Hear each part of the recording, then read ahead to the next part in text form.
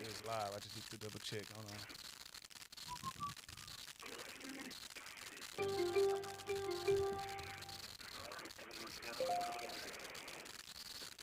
All right, so it's now live. All right, we live. We live. We live.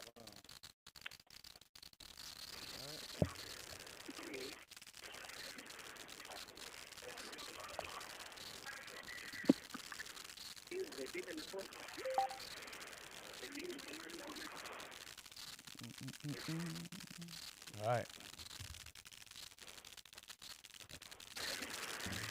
All right, we live on this thing, man. Right out the gate, 100 people. Okay. There we go. All right. Hold on, let me get my TikTok going. All right. TikTok going. Hold on. All right, we live on this thing, man. Right out the gate, 100 people. Okay. There we go. All right. We're going to give it a second for people to get up in here. But while we doing that, let them know that you really on the phone, though. Let them know we really got you in here. Hey, man. ASAP checking in one time. Hey, everybody. Thought it was a game, man. We here. We still breathing. We still living. My wifey with me. What up, baby? Hey, baby. How are you? I'm good. How you doing? All right. So y'all low. We for real. That was on me. Don't put that on them. That was on me. All right. We about to get the TikTok going now. Let me get this going.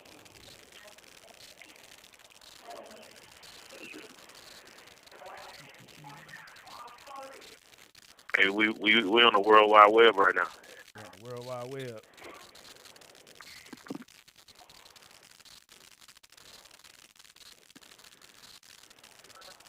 All right.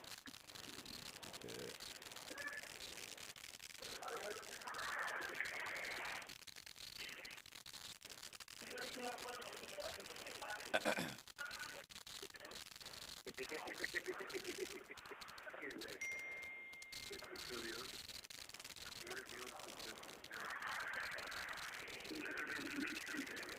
Get them numbers up, y'all. Tell a friend to tell a friend. Go ahead. Tell a friend. Let's share it. Let's make this go viral.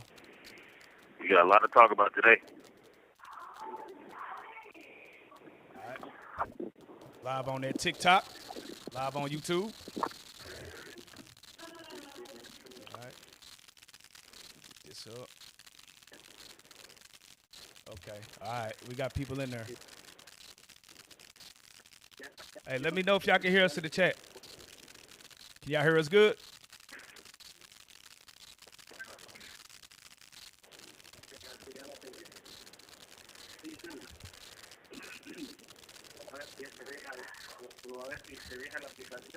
All right. Eclipse, I see you in here. All right. We're going to give it about 5 minutes. Hey, make sure y'all hit the share button. We finna go live with ASAP and his wife. We finna address everything. And we're going to let y'all do some Q&A. So let's get it going, man. That's right. All right. Yeah, TikTok piping up early. Come on, TikTok. That's good. All right, man. So we're gonna kick it off like this, man. First and foremost, ASAP, LaShonda. You know, we here today. We're here to address everything. This Real Life Street Stars. You know, we keep it 1,000 on here, right? So first and foremost, Yes, sir. You know, I know y'all. I was there. I was a photographer at the wedding. I was a videographer at the wedding, so I got to see y'all. Yep. You know, the lovely wedding. You know, I've been, you know, rocking with you for a minute. And, you know, the first and foremost, how are you doing? You know, with everything that's going on, there's a lot of things that's being said, a lot of smut on y'all's name. Y'all are here to speak y'all's piece. How are y'all actually doing? Well, man, first and foremost, man, we spoke. Hold on. Can y'all hear? You said you can hear. I can hear it. All right, you good. Go ahead. Ears, we good? Yeah, go ahead. All right, now, man, but to answer your, man, first and foremost, we focus. Given the circumstances, we standing strong and leaning on our faith harder than ever. We just know God sees the truth, and that's what always wins. So, I know the truth can't be a lie, and the lie can't be the truth. So, I'm so thankful for, all the public support. I'm thankful for you, Jeff, for, giving us this opportunity to sit down and talk with you. We've been talking about it for a while now. So, one grain of truth can take down a whole mountain of lies. So, we're standing strong. We miss our babies, though. We miss our kids. We miss our families and our friends. So, but we just thank you for allowing us to be heard. And babe, tell them how you feel right now. I think you did a great job at. Go ahead. Yeah, I think you did a great job. You pretty much hit everything on the head. I think it's very important for us to finally speak at this particular time. Like my husband said, I think that a lot of the resilience that him and I both have comes from faith. This is definitely not an easy process.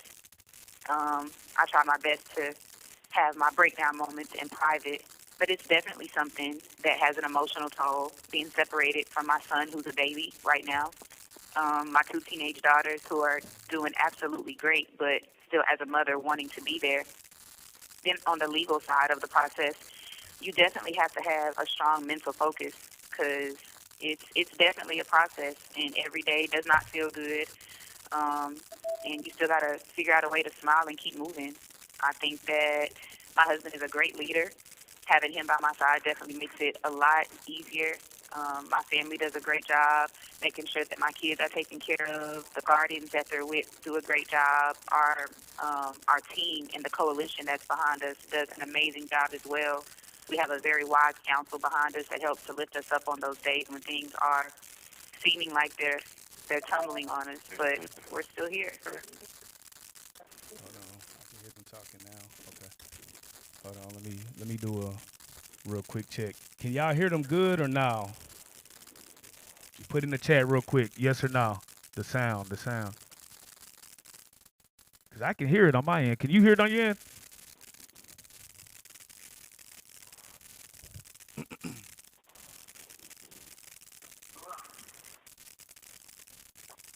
You said we can hear clear static.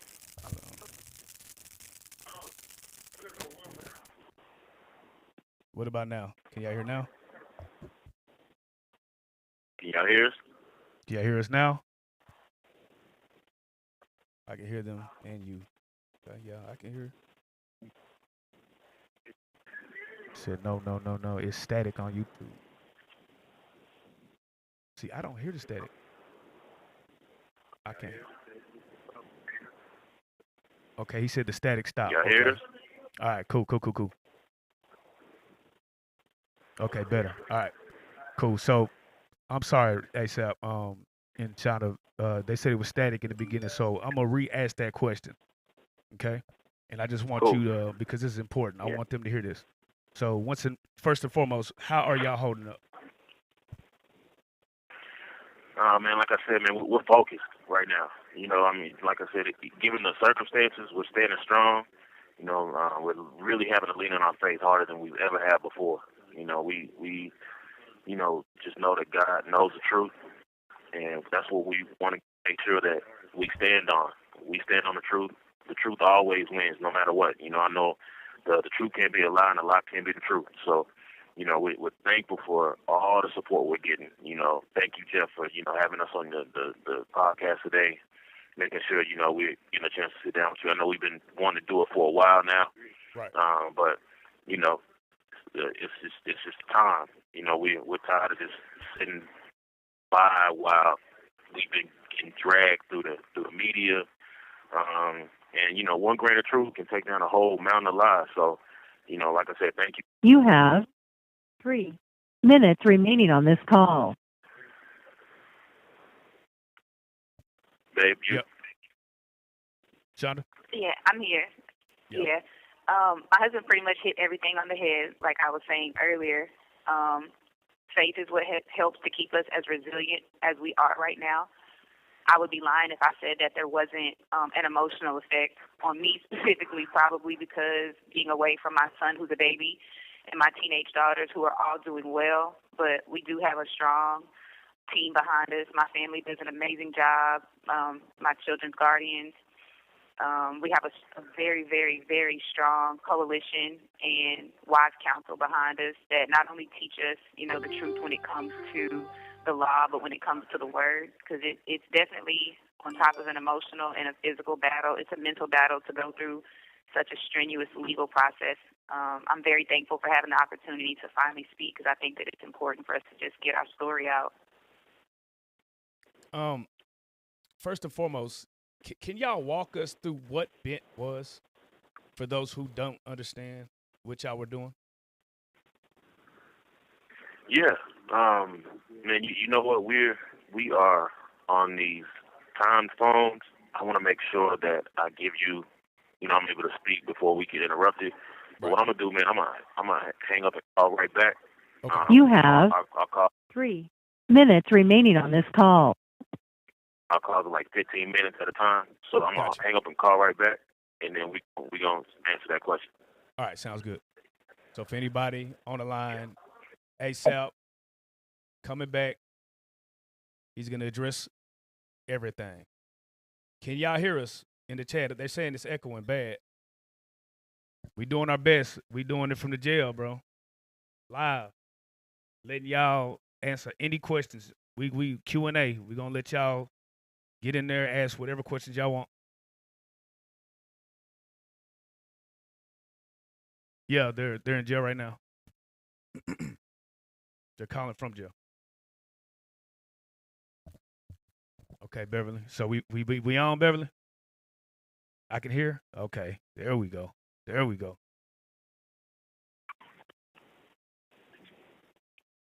Usually we would do this with a StreamYard link, but it's a little different. We had to hook the actual phone up. It's a little different, so trying something new.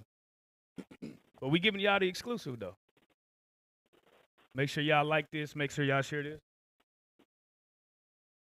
And DJ ASAP is back on his way. He's calling in. They get 15 minutes at a time. So whenever he calls back, he's going to go through BINT. He's going to break down what the organization was. Keita, shout out my dog. Keita. I'm here. I'm back. All right. ASAP back. All right, so ASAP, walk us through how BINT got started. All right. So before I do that, man, I just want to make sure that I really, it's a long story, but I want to sure I take my time and explain it so everyone, you and along with everyone else, really fully understands what really happened. Right. The best way to really start this out is to kind of give you an example, right? So, Jeff, you're a smart guy, man. You like stocks? Yeah, absolutely. You invest? Yeah. Okay, got it. So let's say you have you get introduced to a new stock. Let's just say for the sake of the argument, let's say it's TikTok, right? Right. Someone tells you about TikTok and the stock is doing great. It's booming like crazy. The number is 500% returns. If it don't went up, 500 points on the stock market, you end up, investing in it because you see it's a good investment, right? So Right. From that point on, it works for you. It works for your friends. You invite your friends, your family, your closest people to you, and they do the same thing. They see it's a good thing. They see it works for them. It works for their family. It works for their friends, and they end up inviting their friends and their family, and they get involved.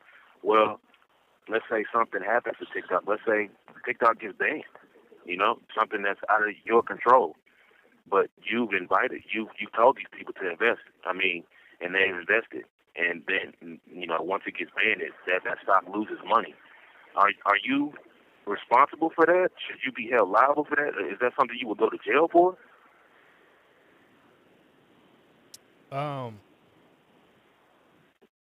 Probably not. Exactly, and that's pretty much what's happening right now. So I just wanted to give you that example so you can really fully understand what's going on right now. But BINT when we started, that's exactly how it started. My wife had a friend, I'd say, back in February 2020. And, you know, we were going through the pandemic just like everyone else, you know, COVID era. You know, we were just adjusting to the new way of life. And my wife had a friend who approached her about an investment opportunity to join like a like-minded group of individuals that wanted to help build generational wealth. So, you know, basically it required an investment of $1,400 and in a return of $11,200. So with the short turnaround time, like I told him, you know, it sounded good, but I wanted to see it work for her before I joined. So about 2 weeks later, she actually ended up receiving like 8 separate payments of $1,400. So that totaled that $11,200. So she was shocked. I was shocked, you know. So once I seen it work for her, I watched the presentation. It was a group called Multiply Blessings, and they explained what it was, and it's basically what it was called a susu. So, you know, it's basically, you know, it's a lot of different coaches that do it all over the world, right? So it's kind of like a social banking or like a wealth creation. Asians call it a panda, Jamaicans call it partner. I've heard it called, people call it like round robin and things like that. But, you know, it excited me because, you know, it was basically people helping other people. You know, it's kind of like an informal saving circle. So peer-to-peer support, peer-to-peer, you know, participation, that's really all it was about. So we ended up, you know, joining. We invited, you know, other people to join. I sent my $1,400 when I joined to a complete stranger, just like my wife sent hers to a complete stranger. And, you know, 2 to 3 weeks later, I started getting notifications, just like her, 8 separate payments of $1,400. And I was like, wow, this is crazy. So it worked. And, you know, from that point on, I was sold. You know, so we just started spreading the word to our closest friends and our family. You know, they all joined us as well. But, you know, so it just grew like wildfire just by word of mouth. You know, especially during the pandemic, this was just something that when we looked up, we actually seen like there was hundreds of these groups out. So, you know, it's just something that my wife was introduced to. She told me about, and, you know, we ended up joining this group called Multiply Blessings. So, you know, so after about a month, we were in that group, and they said, hey, you guys are growing too fast, and it's hard for them to manage. So they basically forced us to break off, and we had to basically start our own group. So in April, we took our boards from Multiply Blessings, and with all the boards and the people that were on them, and we had to start our own community, which was called BINT. So basically, BINT, B-I-N-T, blessings in no time. So that's literally how all this started. Okay, so basically, you invested yourself. You seen the return. You became a believer and started your own group. Yeah, exactly. Got you. So, you know, it's funny because I actually do know like one person that was an early investor, and they claim they made money also. But what I want to ask you is, at what point do you feel like it went wrong, right? Because obviously we're here for a reason. So at what point did it go left? Just a lot of things that just went wrong, you know, that we weren't aware of, right? I think in the beginning, we didn't understand how much manual work was involved behind the scenes to, you know, just keep up with everyone in the community, you know, all the movement of the boards, doing presentations every week, you know, and just, like I said, just a rapid growth. Like, this grew like crazy. Within a few months, we had over 8,000 people. So imagine trying to communicate with, you know, that amount of people at one time. Also, you know, just basically growth out of this world and trying to keep up with that. So we, you know, that's basically when we were up. We used to be up for like 20 hours a day, just working on boards, making sure everybody was, you know, keeping up with their boards, making sure that the new boards came out, making sure we're giving updates to everybody. constant communication. We had to, get an admin team, people that we, hired around us to help with this. And just really just at that point, we just realized, hey, man, we're going to need some type of technology, some type of system to keep up with all this growth. So, and that's when we reached out to a then friend of mine named Nehemiah. And, he had already heard of these types of groups. We sat down and came up with what was supposed to be BINT at that time. So, and that's when he tells us, he already has a software that he's already developed called Connect Me, and it could be a good relationship just for us to kind of team up, and he can build us basically our own software to keep up with the boards and have everyone have transparency with everything that's going on in the community. I want to make sure Wifey gets a chance to chime in on this as well. I'll agree with Dre. What went wrong? We grew too fast, too quickly, and crumbled under our own weight. The communication was definitely a big factor in everything. We would have communication issues that led to confusion, and then confusion led to delays, and there was a lot of disagreement. Tensions just started to arise the bigger the group got. It's a difference when you have 2 people fighting versus 20 people fighting versus 200 people fighting. So as the group grew, the tension grew. There was external tension fires that we were trying to put out, as well as internal tension fires, that we were trying to put out. And it seems like every fire that came up would cause us to make an alteration or a change. I think some of where you have a manual process, and even once we got a process that we thought was going to cure with automation, transitioning the manual process into Connect Me, which we thought was going to solve a lot of the automation that we needed, and ultimately it didn't solve all of that. Even that, You have 3 minutes remaining on this call.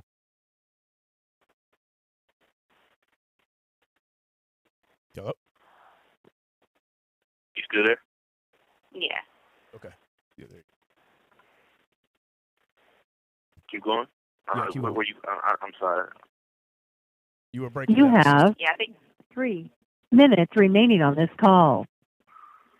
the last thing I was saying, and we can wrap this one up, was even when we thought we had solved for the manual process by transitioning into an automated system, we had no idea some of the issues and problems that we were going to take on coming into Connect Me. Just transitioning into that system was a headache. Then once we got into the system, it was a headache. And I think that most people understand that with any new software or technology, the initial, opening of that, there's going to be bugs. There's going to be things that you think are going to work a certain way, and they're not. Connect Me ultimately was in a beta phase, and there were a lot of things that were told to us, and we would repeat those things, and then it wouldn't happen. So it would, bring even more breakdown in trust and communication. And it's like, well, we're giving you guys what's being given to us, and we took the fall for some of it. And I don't think that any of the things that were told to us that we repeated were always told with the intention to deceive anyone or to lie. It's just you don't know what you don't know, and we were all just charting in uncharted water. It was uncharted territory. It was something new. We were trying to do something that had never been done before. So the next portion that I want to get into is the criminal case, where you're at now with it. I know you might have to call back ASAP. You want to call back? Your call will end in 1 minute. Yeah, we can call back and start again. Okay, cool. So y'all, I want y'all to make sure that y'all put y'all questions in the chat. Make sure y'all put y'all's questions in the chat. We're gonna have a Q&A. So if you a former BINT member, or if you have just general questions about the trial, how they're doing, put it in the chat. Q&A coming real soon. But they got to do these 15 minutes at a time. We're doing it straight through jail call. And when they get back, we're gonna touch on the criminal case, the $25 million, and we're gonna go through there. Wait, what's that?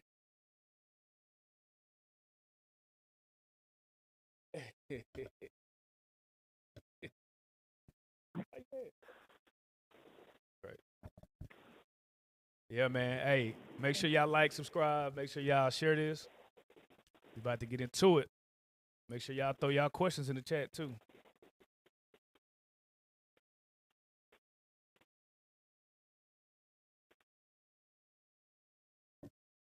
DJ ASAP calling back in.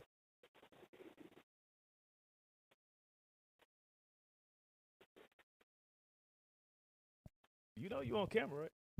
Yeah, I look back. DJ ASAP calling in from jail, man. We about to go through the BINT case. Him and his wife LaShonda. Wait, time are they looking at? Good one, good one. Good one, good one. Keep the questions coming. Q&A coming right up. Okay, DJ ASAP is back. All right. So let's get right into it. You guys were indicted for they say $25 million pyramid scheme. Can you break down what you guys were charged with? First of all, I gotta say this, y'all. We did not do what they're saying we did. I have to stress that. I cannot stress that enough. I have to stress we did not do what they're claiming that we did.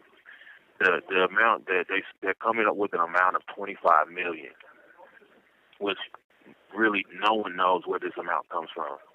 I mean, I've heard reports, I've heard stories that we've gotten all this money, we've stolen all this money. The money was never coming to us. Just like I said before, I paid a complete stranger when I got in. It just depends who's on their board at the time. People paid other people in this program, people that they didn't even know, people that they didn't even, never met before. Some of the charges that they're charging us with has been wire fraud, conspiracy to wire fraud, and money laundering.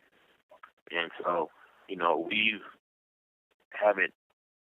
There's no conspiracy. There's no money laundering, and there's no wire fraud here. If that's the case, then everyone who participated is guilty of the same things. Because they're saying $1,400 charge for us is one count of wire fraud. Well, that doesn't really make sense. How's that criminal? Because everyone who participated sent $1,400 to someone, bless someone. It's crazy how all these charges and how the government has come up with this narrative that we stolen this $25 million. We had, before this was even criminal, let's just talk about, we dealt with a civil case. This was civil way before it was anything criminal. When we dealt with this in the civil case, we had a forensic accountant go through every one of our accounts from years back. And you know what they didn't find? 25 million. That's what they did not find. We know exactly what we made off the boards, and we also had a commission check that was coming to us for this software because everyone, Connect Me charged a $85 a month fee, and that $85 went straight to Connect Me. We received a commission of $35 each person from Connect Me. And we were very transparent. We were very open about this to everyone in the community. That was the whole point of Connect Me, was to give transparency about where you are on your board, who who you're blessing out, your movement on the board. That the charges of this is crazy, and none of this is criminal. We had no intent to defraud anyone. I think I can kind of tap in with my husband. Sorry. I can tap in with my husband on that. What are the charges we're looking at?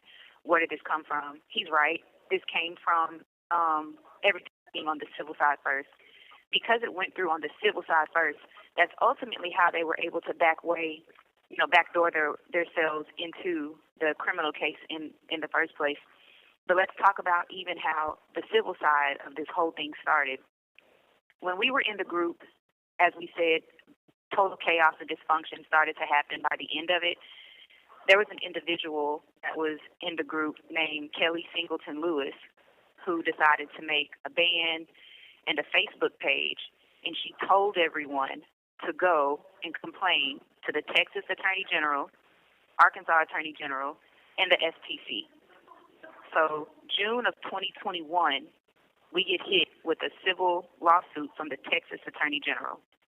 I think maybe 5 or 6 days later, boom, we get hit with the second lawsuit where the Arkansas Attorney General and the FTC teamed up on a joint lawsuit, and we fought that civilly for 2.5, maybe 3-ish years, right?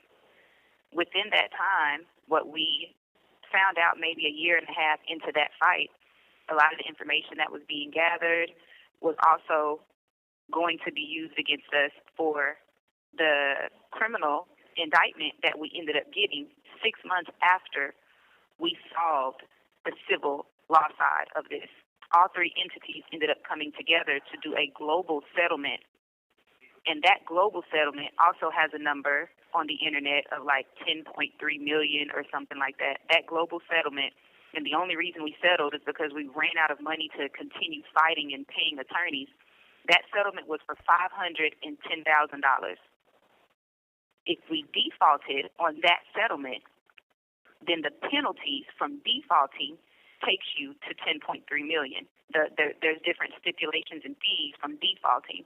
So even when you see on the civil side, you'll read that in the blogs. That is incorrect information. The settlement was for $510,000 that had to be paid over 7 years. And if you defaulted on that, well, of course we were going to default on it because 6 months after we settled it, you hit us with an indictment where we have to turn around at that particular time and start paying for a criminal suit. Well, even on the civil side, we had ineffective assistance of counsel. No one told us that we should have filed a counterclaim for the civil side. And that's a 5th and 14th Amendment due process violation.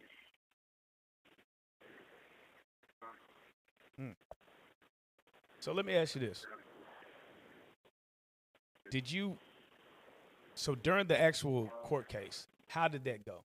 Did you represent yourself? Were you able to effectively communicate this to the defense and they just didn't buy it? As far as the trial goes, I can't even really call it a trial. It's more was like a crucifixion, in a way, because we didn't have direct access to the courts. There's been so many violations and things that's been going on, even since the civil side, that we've tried to communicate with the courts. We sent in our affidavits and our petitions and our filings, and they have been ignored.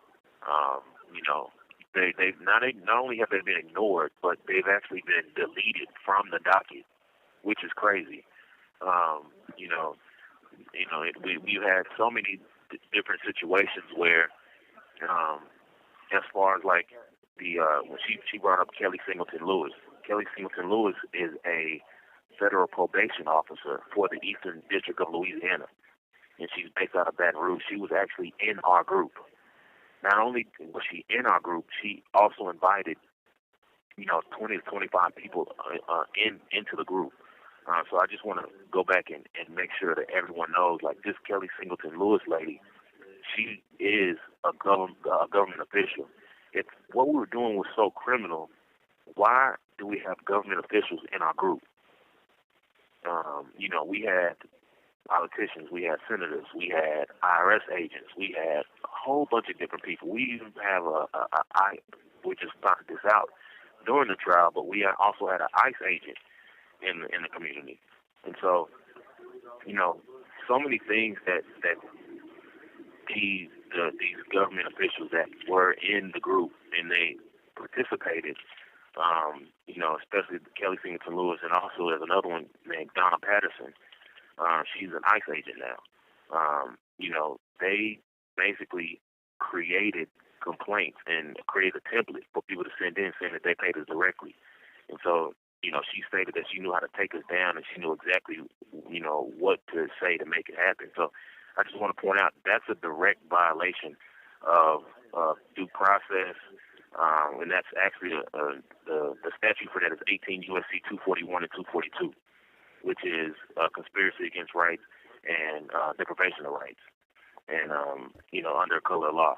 So this is basically what happens when two or more people in the government come together to intimidate or threaten or to injure any person in the state.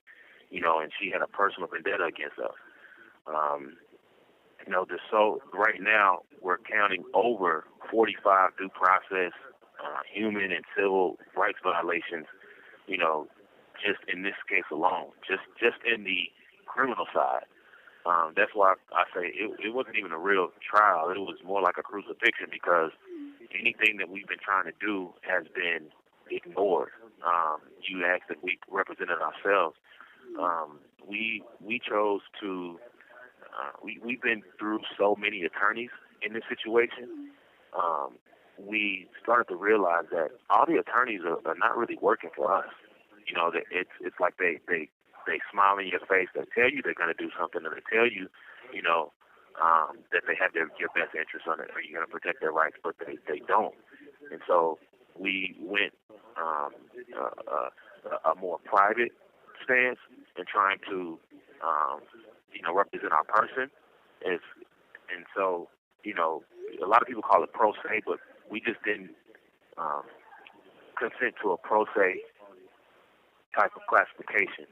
And we also said that that's when they gave us forced representation. You have 3 minutes remaining on this call.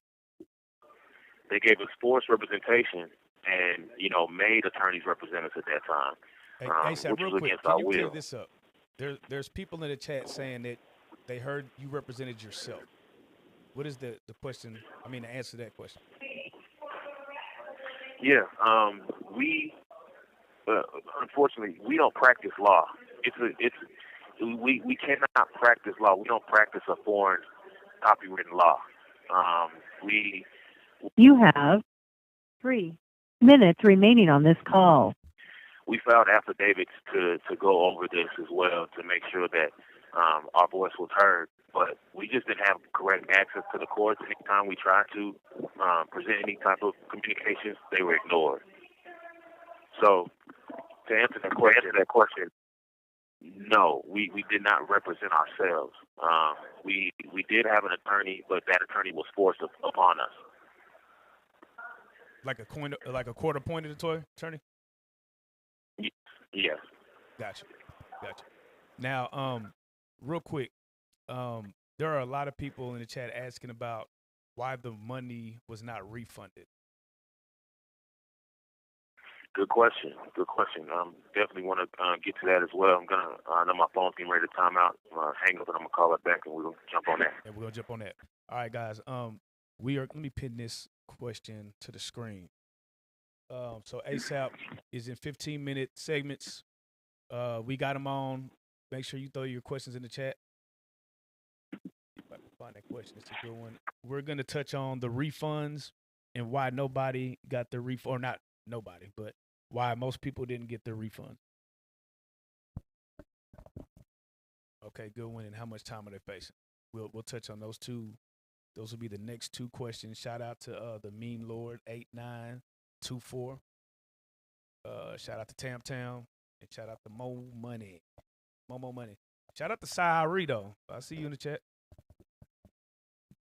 If you haven't seen, man, Syrie be going crazy on our interviews, man. He be going viral every time. He talk that real shit. But what are y'all feeling about the interview so far? Are y'all feeling what they saying? Y'all not fucking with it? Hey man, it's real life, man. We keep it real up here. Just put what you feel in the chat. Are you fucking with them or are you not? ASAP calling back in. We waiting on him. When he comes back in, we are touching on the refund situations.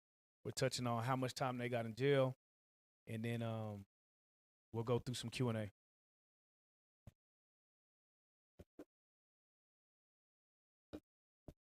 Devin said, bullshit. Meme Lord says, I know this is off topic, but the kids, they just had a baby. How are they? Do they see and talk to them? And that's real. That's tough. Both parents in jail. Nicole said, hell no, they scammers. Sorry said, I miss my dogs, man. They always been good people. They treated me good every time I came to Dallas. Real family vibes every time. No fraud shit ever.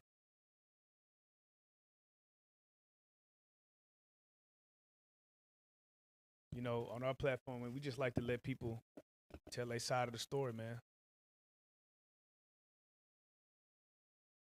So if you were in the BINT and you got money, put it in the chat. If you were in the BINT, you didn't get money, put it in the chat. I want to know, you know. I feel like she is a liar, manipulator, and she knew exactly what she was doing. But damn. That's how you really feel.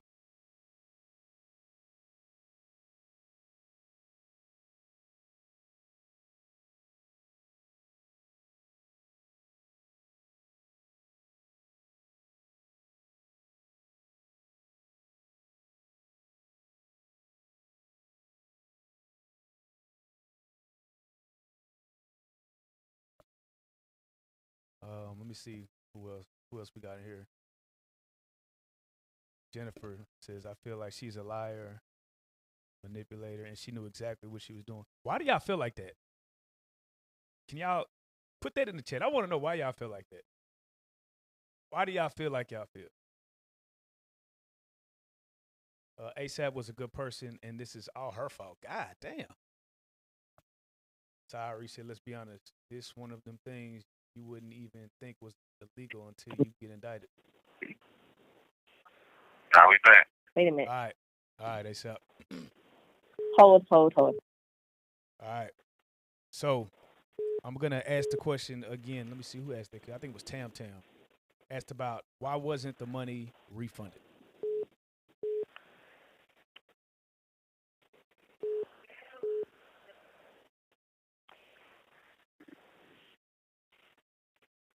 Can you hear me? Yo. Dre's not back. Shonda got to chime in on that, Shonda. I'm here. Okay. Can you ask the question again? I'm not for sure what happened with my husband. Yeah, okay. I'm back. Tam in the chat asked, why wasn't the money refunded? That's a really good question. I'm glad that we finally got to that one. So let's talk about refunds and how the refund process works. Like we explained in the beginning of this, it just grew so fast. We had more people than we had places to put them. So being naive, thinking that the energy that we had in the beginning of the process was going to be something we were going to always be able to manage, always be able to handle, we did talk about refunds, and refunds were given. I want to make sure that that is explained and that is put out there. Towards the end, there was no way for us to personally refund people with money that we never received. In the beginning, whenever we spoke, refunds always came from a process that happened within the group.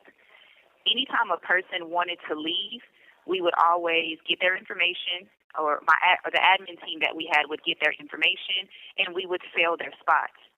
Before we would split boards to move the group forward, anybody that wanted to sell their spot always gave their information to our admin team, and we would sell those spots. We had so many people that wanted to come into the group that we had to create a waiting room. The waiting room had between 2,000 and 3,000 people waiting. Some people would wait 3, 4, 5 weeks to get into the group because the people that were already in the group would buy spots or they would get blessed out and come back and reinvest.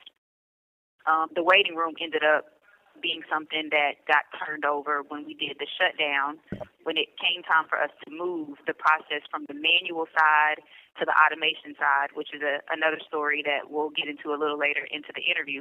So in the beginning, when a person wanted a refund, and whenever we spoke and we would say the words we always meant community. Everything that we done as a community. In the beginning of BINT was the place that you wanted to be. We had chat rooms. People were in the chat rooms. We had relationships. We had people that created friendships. We had bonds. It was just something to do.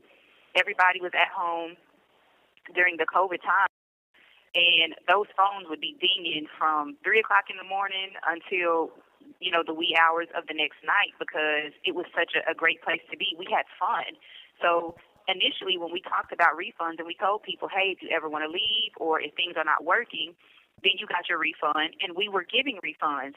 As things started to slow down, yes, we personally refunded, but we continued the original refund process that we had. Lo and behold, did we ever think that this would crash down in the middle of somewhere between 2,500 and 3,000 people wanting a refund all at one time. That is something that is impossible for me and my husband to do on our own, but not just from the efforts of me and my husband, entire admin team, as well as other individuals that were in the group who this process had worked for. They all had stepped up to the plate to try to help get people back put in a place of being whole. Unfortunately, there's only so much that we could do once things got so far. So I personally want to ask you this, Shonda, because I'll be honest, we real life street stars. I just got to keep it a bean. A lot of people in the chat feel like you're not keeping it all the way real. What do you say to the people in the chat? I don't want to answer that question without specifics. I know that we're going to get to the Q&A, but since you asked me on the spot, specific about what? Not keeping it real about what? It's very hard to put every detail about what happened from the beginning to the end in one conversation. Right. Give me an example of something that we're not being real about. Right. And let's also make sure that we understand this. If we're going to ask questions, let's make sure that we're asking with an opportunity for an open mind. I've had 5 years to sit back and look and listen to comments and concerns and complaints and discretions that people have. And one thing that I have to be honest with, I understand the thoughts behind a lot of the stuff that comes, from individuals that just don't know what happened or that look at it from a certain perspective. I myself was a participant in another group, and my perspective had to change when I got on the other side of it. There was never an intent to take anything from anybody. If that intent would have been there, if we had collected all of this money, we would have taken the money and disappeared. Even right now, being on this interview is our attempt to let people know, if you were someone that this hurt or that this did not work out for, it was never an intention for anyone to be hurt. It was never an intention for this not to work. We've never disappeared. Even right now, in the middle of being crucified, in the middle of waiting on a judge to sentence us with our life, that, we're still here trying to talk to people. So tell me, what is it? What is a specific that we're not being real about? What is a specific that you actually want to know? And on top of that, like she said, we didn't disappear. I was still in the clubs. Right. Anybody could walk up to me and say anything they needed to at any time, and I'm open for any conversation. I'm not a hard person to find, And not one time did anyone ever come up to me and say, hey, I'm upset about this, or this is what happened, or why did you do this? And if they did, I'm all ears, and I'm here to have a conversation. Just like my wife said, we're not running from anything, so please tell us what we're keeping it real about. There's people, they're in there, but this is what I want to ask. What is the thing that you feel like is the most unfair thing that they put on y'all? What has been said where you're like, man, that is totally off? For one, the $25 million, we can start there. $25 million, like I said before, we never received. That money never came to us. It's like going to Walmart and buying a TV from Walmart, and you have a receipt from Walmart, but you're unhappy with that TV or it doesn't work, and you go to Target to try to get a refund from Target off of something you bought from Walmart. Target never received your money. You can't get money from Target if you never paid Target the money that you paid Walmart. Does that make sense? Right. Now, I feel You know, you. so I I think feel the 25 million Right. is a bogus number, because even if we're just talking about 8,000 people times $1,400, that doesn't equal 25 million. If you grab your calculator out, that's something like 17,000 people we're talking about. We had nowhere near that. You know, that's one of the main things that hurts.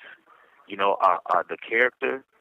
You know, Jeff, you know me for Yeah. years, at least a decade. You know, I've never You have been the type to. 3 minutes remaining on this call. I've never been the type to be shady. I've never been the type to get over on people. I've never been. I don't. You can't even tell me a story of someone that says I've owed them money. And that's, You know, I think that's where a lot of people someone that struggle with this, ASAP. People know you, and they know, hmm typically they know ASAP is a jovial, cool dude. So to see this pop out, it's like, yo, what happened? Right? There are people that are truly trying to search for answers. There's people in here, the chat, defending your name. There's people in the chat that have gripes. Do you feel like it's one of those situations where there are people that made money and there are people that may not have made money, and they're just all jumbled in together telling their story? Oh, for sure. That's exactly what it is. It's just a big pot of a mixture. You know, you can have people that this worked for. You know, over 5,000 people this worked for. You know, and like my wife said before, we're not denying that it didn't work for some people and that some people lost. We're not saying that. And I'm going to say it right now. Anyone that did lose, I'm truly sorry that they lost. You know, it was never our intention for this to get to this point, obviously, right? We were in something and we started something that we generally wanted to help everyone that was connected to it. You know, when this first started, we had a huge demand. You know, we had more people trying to join than we could even, you know, allow into the group at that time. So, you know, it went from, you know, just all these highs and everyone so happy about, you know, the results that they were getting, to, you know, all these errors or system errors or things that started happening, gripes that started happening when, you know, as a community, they just didn't work for everyone. And like I said, that wasn't, a lot of those things were beyond our control. You know, it's different when, you know, if I'm building something to intentionally get over on someone. Right. That's one thing. But it's a totally different thing when you're building something to help someone, to help other people, and you have all the great intentions of helping other people because you have over 5,000 people that it has helped. Let's not forget that. And of course, there are going to be people that are upset because it just didn't work or something went wrong. And, you know, I wish we could control those things. I wish we had better foresight to see those things happen before they did, but we just didn't have that we didn't have a crystal ball to tell the future. And I think that's really important for everyone to understand.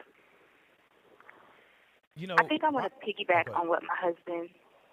I'm so sorry to interrupt. No, I want to go ahead, piggyback go ahead. on the question that you had. What hurts about this the most? What's been the most unfair? I can't remember exactly how you Yeah, asked what was that the question. most Would you unfair say that for me one more criticism? time? What's been the most unfair thing you on your name in the public?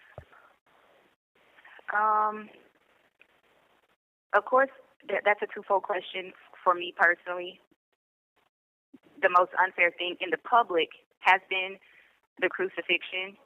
I think a lot of people come at me a little bit harder than my husband because of my personality. My husband's a little bit more cool, calm, collected, and laid back, and I'm looked at as, the firecracker between our mixture. But what I will say is it's very hard for me to get around the narrative of being a little overambitious or even cocky, if you want to say. I will absolutely admit that. I have to swallow that. I absolutely believe that what we were doing was going to eventually work, that we got to a place, it was bad, but we could come out of it.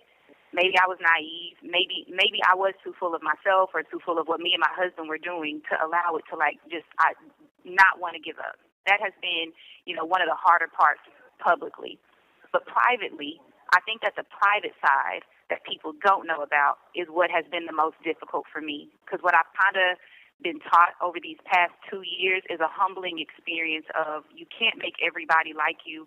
And no matter how much we get this truth out about who I am as a person, some people are just, you can be the ripest apple in the bunch, and some people just like peaches. I have to accept that, But what I want for the people that dislike me or dislike my husband or that think that we've done this, I want you to think about having a family member who may or may not have made a mistake and has to go through a judicial system that treats them unfairly. For one, we didn't do what the government is accusing us of doing.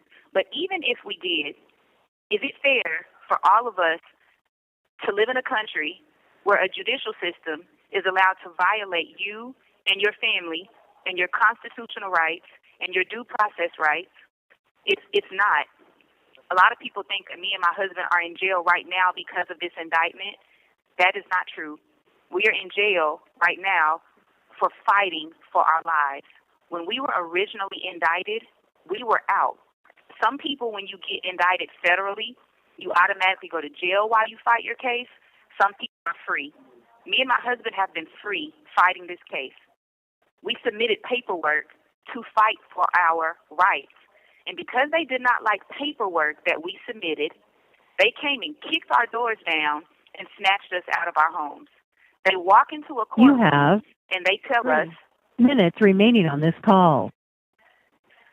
They walked into that courtroom and told us that we were hiding in the back of a house. No federal marshal ever entered my home. No federal marshal ever had to snatch me or my husband out of the house. We walked out with our hands up. We've been compliant.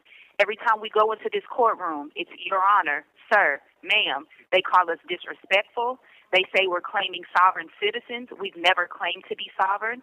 A lot of people have the narrative that we are representing ourselves because the pro se title was forced on us. We can talk about the judge. When we originally went to see the judge for sentencing on September 30th, that judge listened to witness statements. That's no longer an unbiased judge. You listen to witness statements, then decide you're going to throw out a plea that we had already rescinded.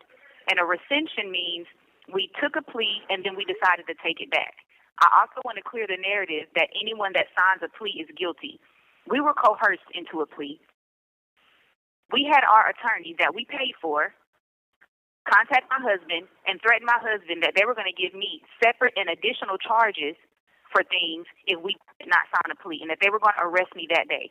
We decided to sign a plea just to buy ourselves some more time.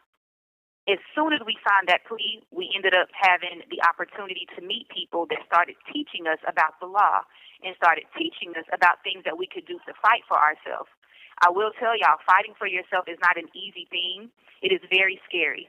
And it's even more scary when you're innocent and you're being told, hey, if you sign this plea, you can get up to 10 years. We're probably going to give you somewhere around 4, and we're going to let you and your husband serve y'all's time one at a time. That is what they told me and Dre. If you sign this plea, your the call most will that you're end looking at in is 10. 1 minute. Which is a The lot. most that you and your husband is looking at is 10 years. In order to know what you're going to get when it comes to federal time, you have to go and do what's called a PSI, probation sentencing interview. Based off that PSI, they give you a PSR, a probation sentencing report. The report gives the judge guidelines. Back in the 90s and back in the day, the judge had to stay within those guidelines. Judges today can go above or underneath the guidelines. Your PSR report can tell you 3 to 5 years. A judge can give you 1. They can give you 20. They told us, y'all's PSR shouldn't get you any more than 3 or 4. On a 3 to 4 year sentence, you should do anywhere from 1.5 years to 2. And if you have to do time, we'll let y'all do it one at a time. We signed it because we were coerced. No criminal background. No criminal background. Once we found out what our rights were, we started fighting. When we started fighting, they came, kicked down that door, brought us to jail. We've been in jail ever since. While we're in jail, for the same plea that they made us sign, which we sent in work to take that plea back, they took us to sentencing September 30th of 2025 with the PSR report giving us points of 42. I want y'all to do y'all's homework on what a PSR report is and how ridiculously insane it is to have the number 42. 42 is looking me and my husband anywhere from 30 to 40 years in jail, right? We don't sign it. We go to trial. They force a pro se status on us with a Ferretta hearing. Then, to turn back around and correct some of the corruption that they done on the record, they came back and forced standby counsel on us. When we went to trial, we had standby counsel on us. With 9 counts going to trial, they can stack those times on top of each other. Counts 1 through 7 hold 20 years each. Counts 8 and 9 hold 10. If you add that up, that's like, 150 to 180 years? So someone in the comments asked what type of time are we looking at? 35 to life, because we're fighting back. That is what we're looking at right now. You tell me what crime that you guys can think of where even if we done what they said that we done, you deserve to be in jail for life. Don't make it a personal thing. Think about this being your mom or your dad. We went through this civilly. They put money on us civilly to pay people back. How is anybody going to get their money back if we're in jail? That's insane. 35 to life is what y'all are Share facing. those statutes. Share those statutes. Get those statutes out there. Let's talk about some of the statutes. You have a judge who decided to listen to testimony from witnesses, then decide, you know what, I don't like y'all. Go ahead, send them to trial. Well, shouldn't that judge be recused? You got that same judge, and let's keep in mind, the main thing that they talked about in this trial was Ponzi pyramid. During the trial, because I've also heard that there have been a couple of people in the comments who decided to say that they were in court. Nobody came to court. Nobody. No victim, nobody. Y'all are claiming that there were 8,000 victims. There weren't 8,000 victims. They got 4 people to come on that stand in that courtroom. The only people that came in that courtroom for our side or the defense side were my family members. My dad, my sister, my godfather, my kids. Not one person was in that courtroom. So don't let anybody in those comments tell y'all that they were there and that they seen certain things. Not only that, everything that's on the record for us has been sealed. From my understanding, the last time we checked, it's May 2026. Why is everything on our case being sealed for nobody in the public to be able to go get?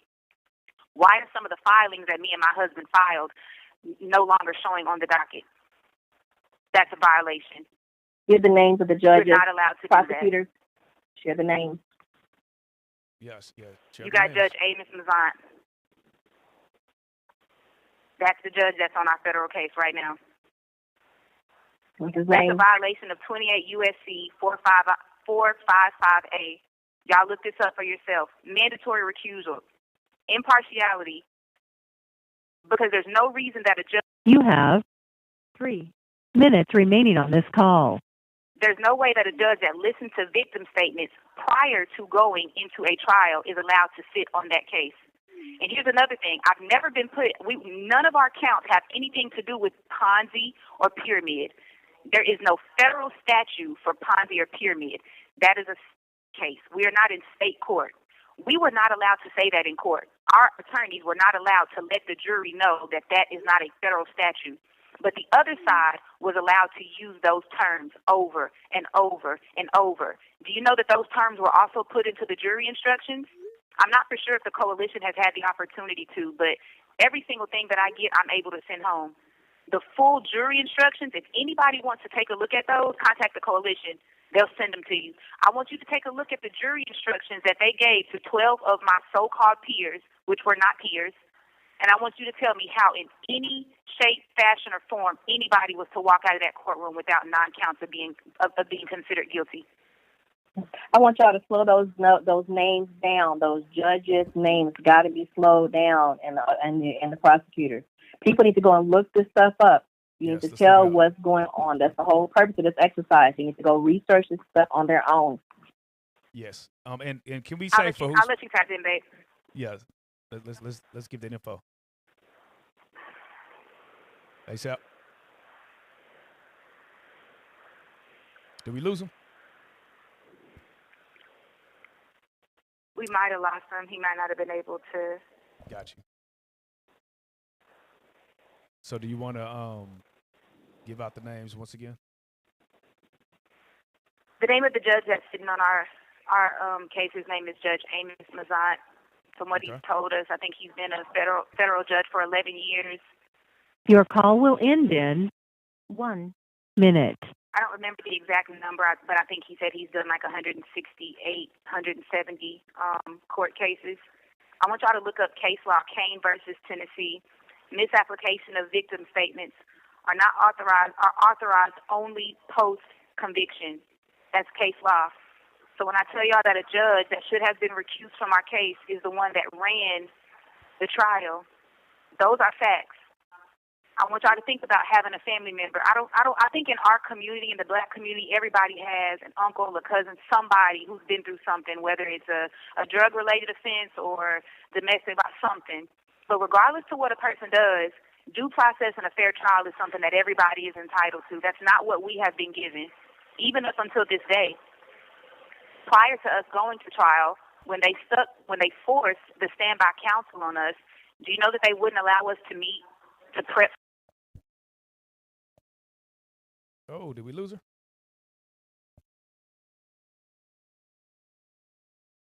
Okay. They're probably going to dial right back in.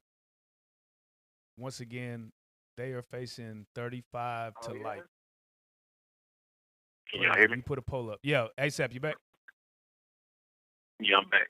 Okay, I think we lost your wife. Here. She was Yeah, we talking about the judge's name. Stay on them judge's name and stay on those 40 due process violations Shonda was just going over. I want you to kind of piggyback on what she was saying about those 40 due process violations, 40 plus. And real quick question. Are y'all in the same facility? That's what they want to know. Are y'all locked up in the same facility? No, we're not in the same facility. We're actually like 10 minutes down the street from each other, though. Same county. Gotcha. Okay. Go ahead. Yeah, so I know I might have missed what she said. I might repeat even what she said, but yes, there's over 40 due process violations, human rights violations, civil rights violations that we're dealing with right now in this whole case. You know, which is crazy. I mean, we're talking about conspiracy against rights, which is 18 USC 241. We're talking about deprivation of rights.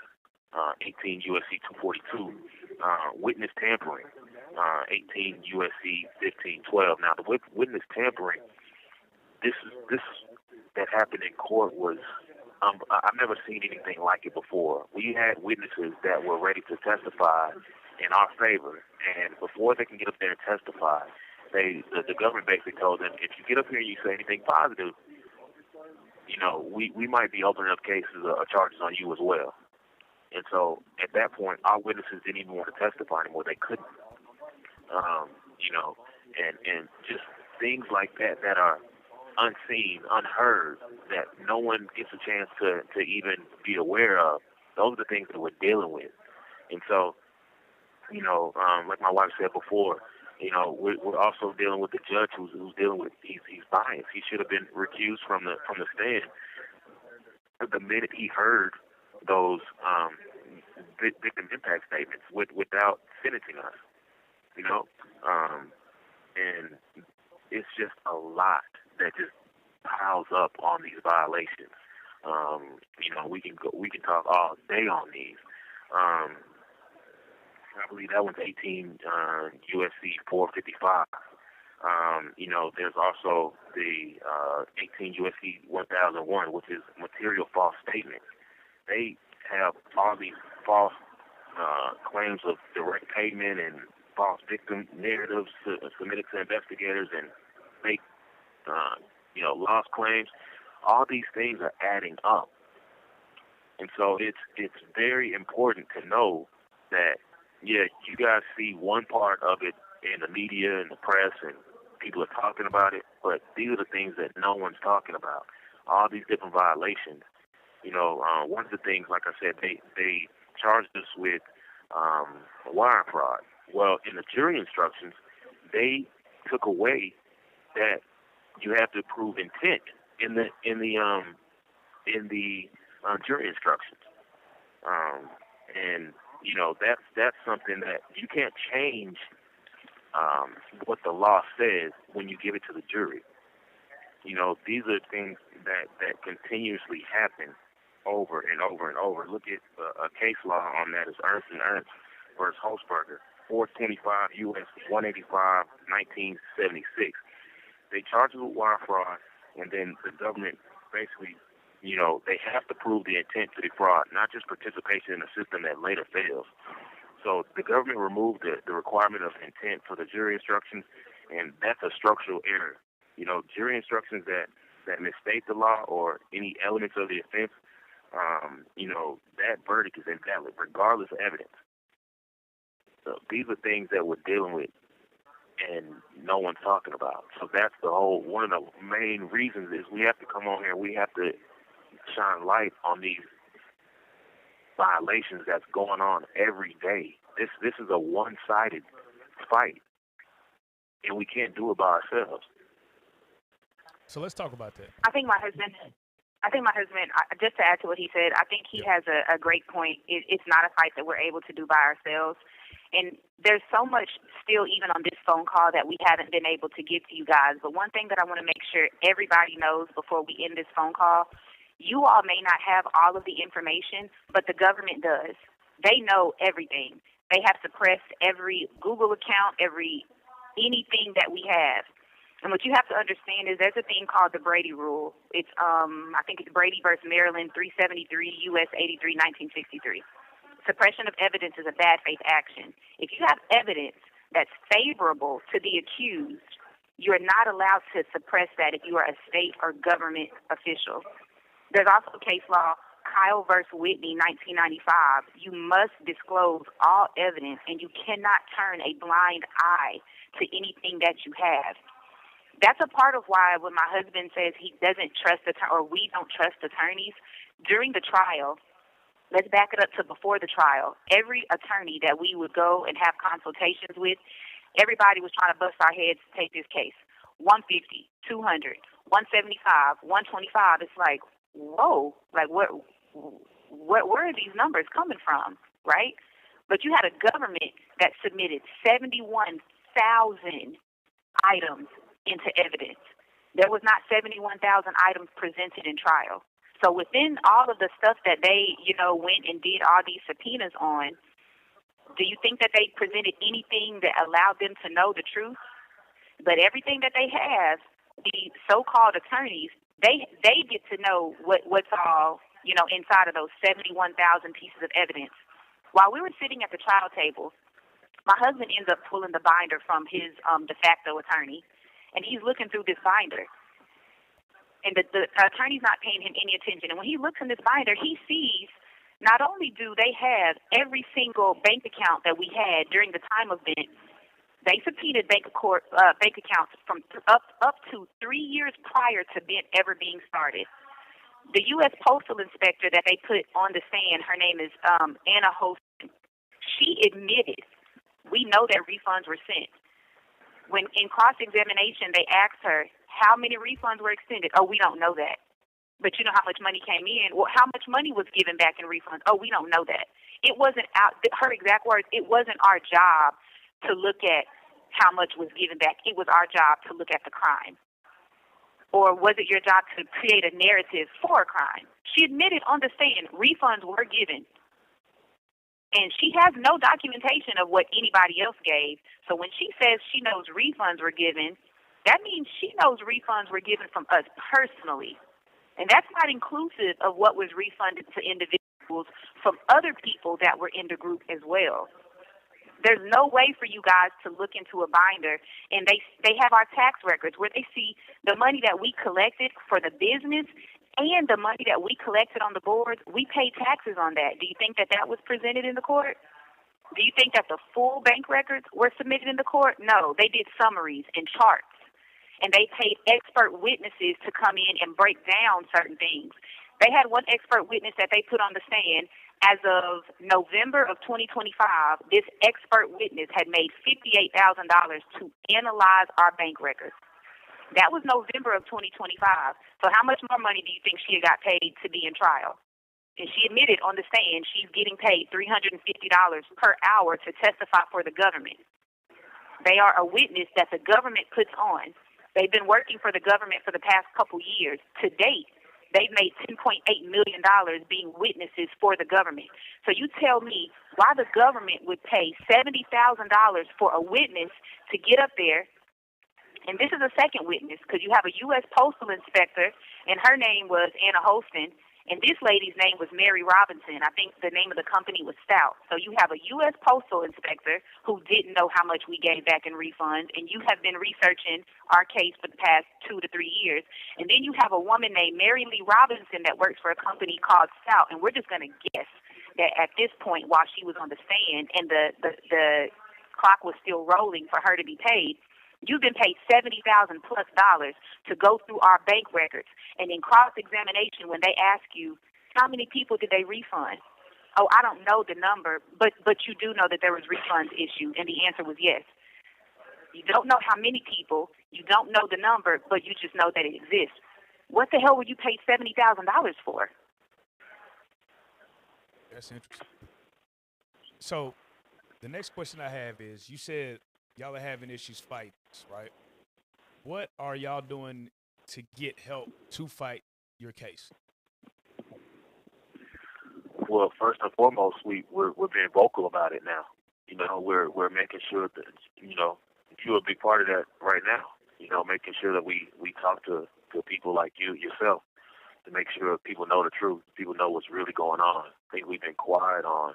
You know, we had to really work up the courage to even do this, because even, you know, is, like you said, it's scary, right? You know, we're going up against a system that has technically, you know, been abusive of our people for so long.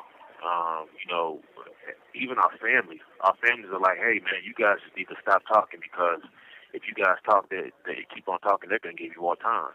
Like, we're our own families. Is that not a concern? Is that not a concern? Of course it is. Of course it's a concern. But do we stop talking? Do we just allow, you know, them to do whatever they want to do with us? You know, just even us being innocent. You know, I always look at, you know, just look at the Bible and what Jesus did. You know, he went to the wilderness for 40 days and 40 nights, and the devil tempted him. He didn't make a deal with the devil. You know, like there has to be some point to where you stand up and say, hey, you know what? I'm not going to deal with this anymore. I'm not going to allow this narrative to keep on going and growing. You have 3 minutes remaining on this call. You know, there has to be a point to where we stand up and we fight. So talk about too how many people were actually blessed out, and the fact that they have your family members as so-called victims on the government victim list. Those are very important details that people need to hear as well. How many people actually made money in BINT that you all did not know personally? So a large number of people that made money. And also, how many people that you know, or approximately, that potentially did not, and it's nowhere near the number that the government has now padded and fabricated. For sure. Yeah, I think I spoke to that earlier. There's over 5,000 people that have been blessed out that it worked for. You know, that it actually worked for. We know for sure. You know, we had a group of just about around 8,000 people, so that maybe like 3,000 people that it did not work for. And like I said, you know, we it's unfortunate. You know, we're not happy about that at all. we want to make sure that, that is aware that we speak to that as well. As far as what the government is saying, the government has they have our family members, they have friends, they have people that are on the list. In one of their documents, they say it's 12,000 people. Recorded. They say it's 12,000 people. We know that we only have around 8,000 people.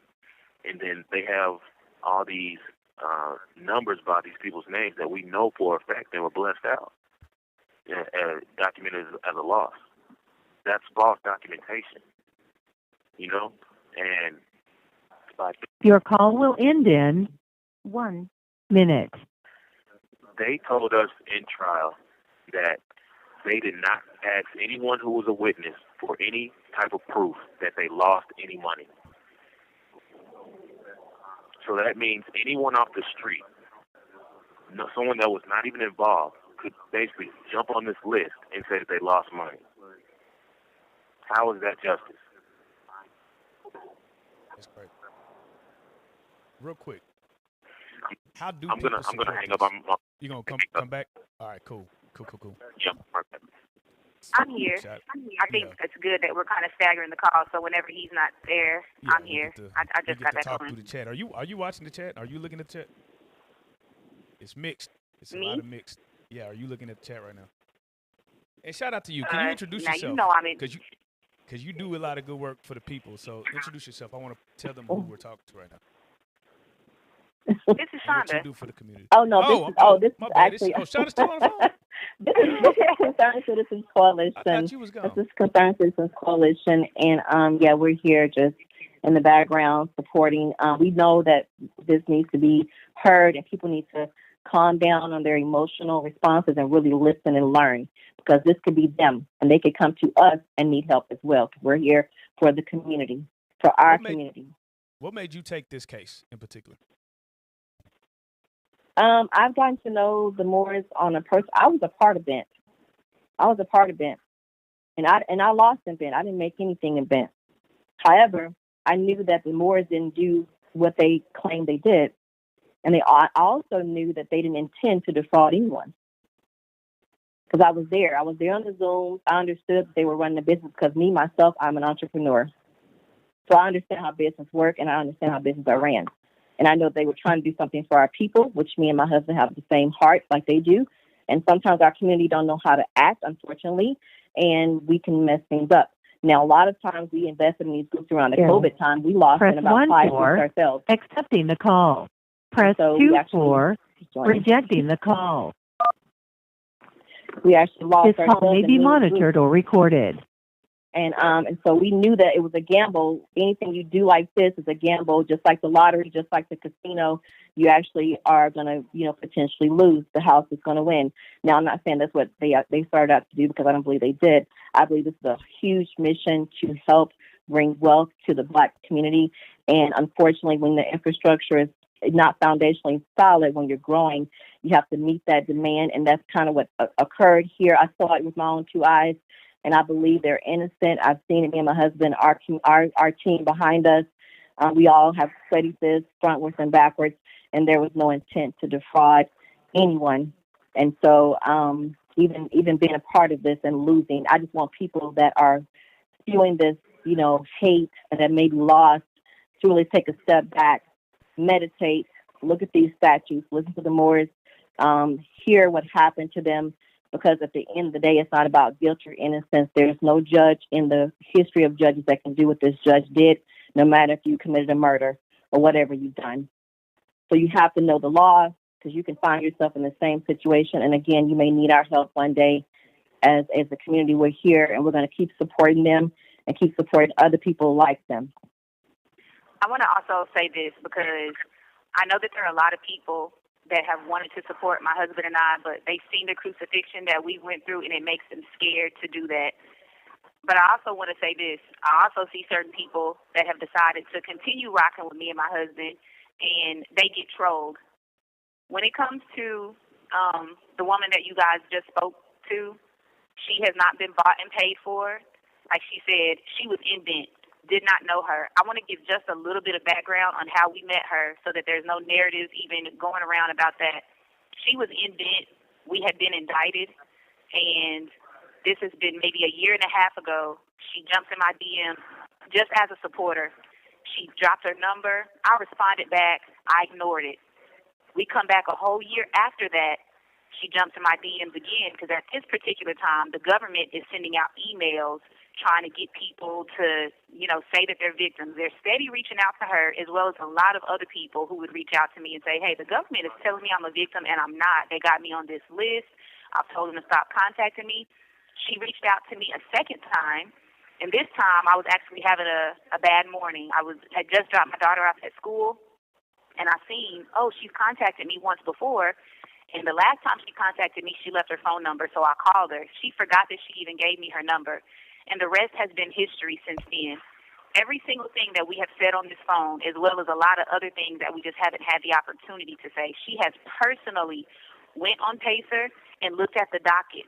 She's looked at the documents. We've submitted every single thing that our attorneys have had and some.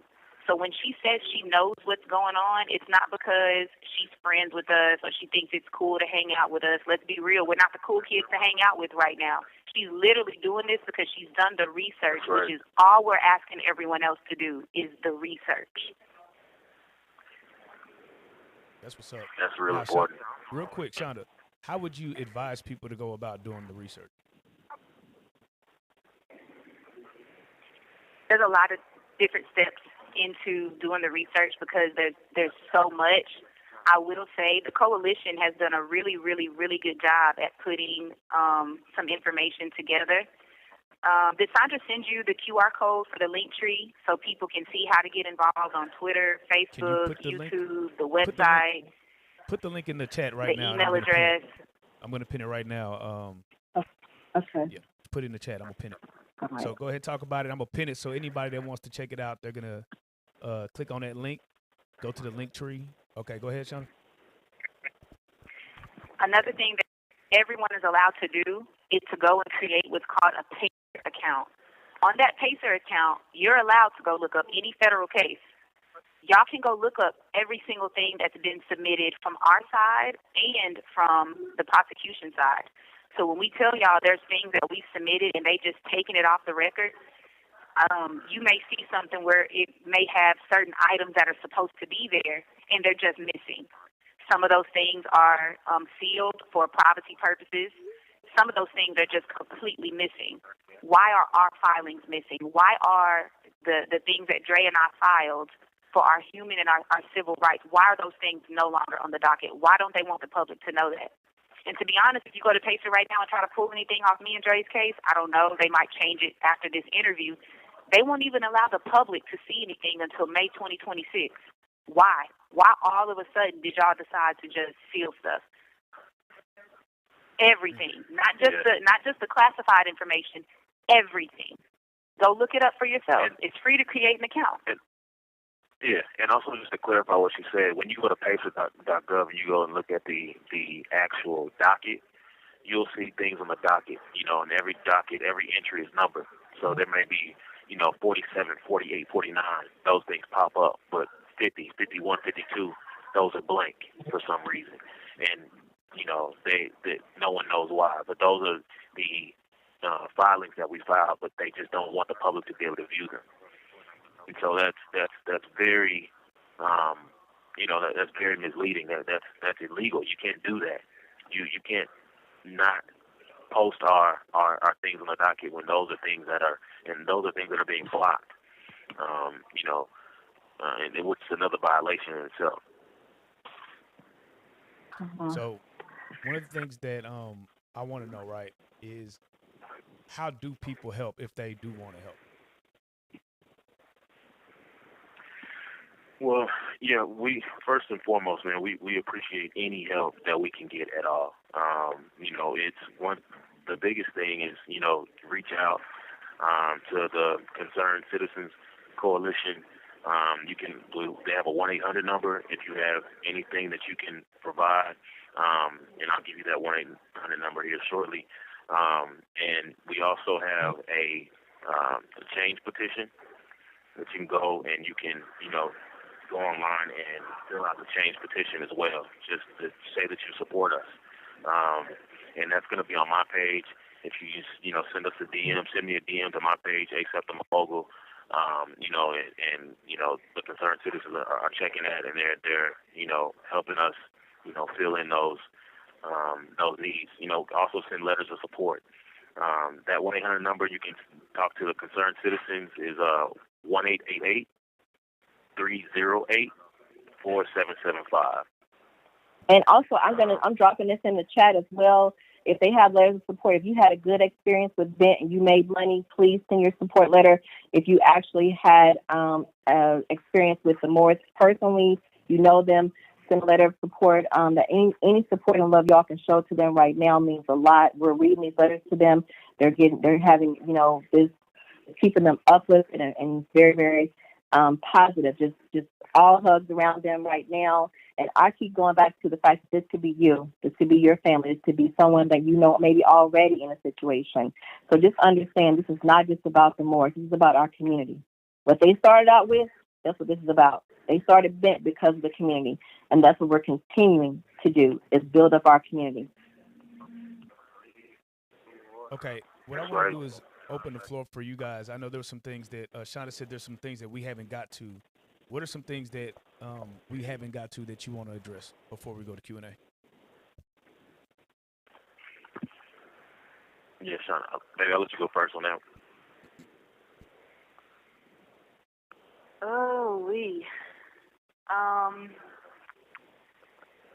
I'm not for sure. I want to answer this question. Someone keeps asking this question. Jennifer Ferguson, okay, 300. Yeah, I was gonna. Let me pick. Yeah.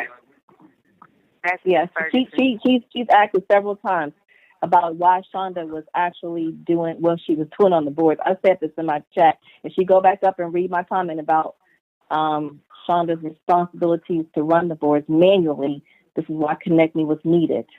It was because it was too much. They were up 20 hours a day, manually running boards. You have so people can get paid out. minutes remaining on this call. So people that are in these comments saying things that they should have been a part of and witnessed, and they're not saying those things, is very disheartening too. So if you were there, they spent several hours on end running these boards manually, where they had to get a software involved so they could be automated. That's why Connect Me was created.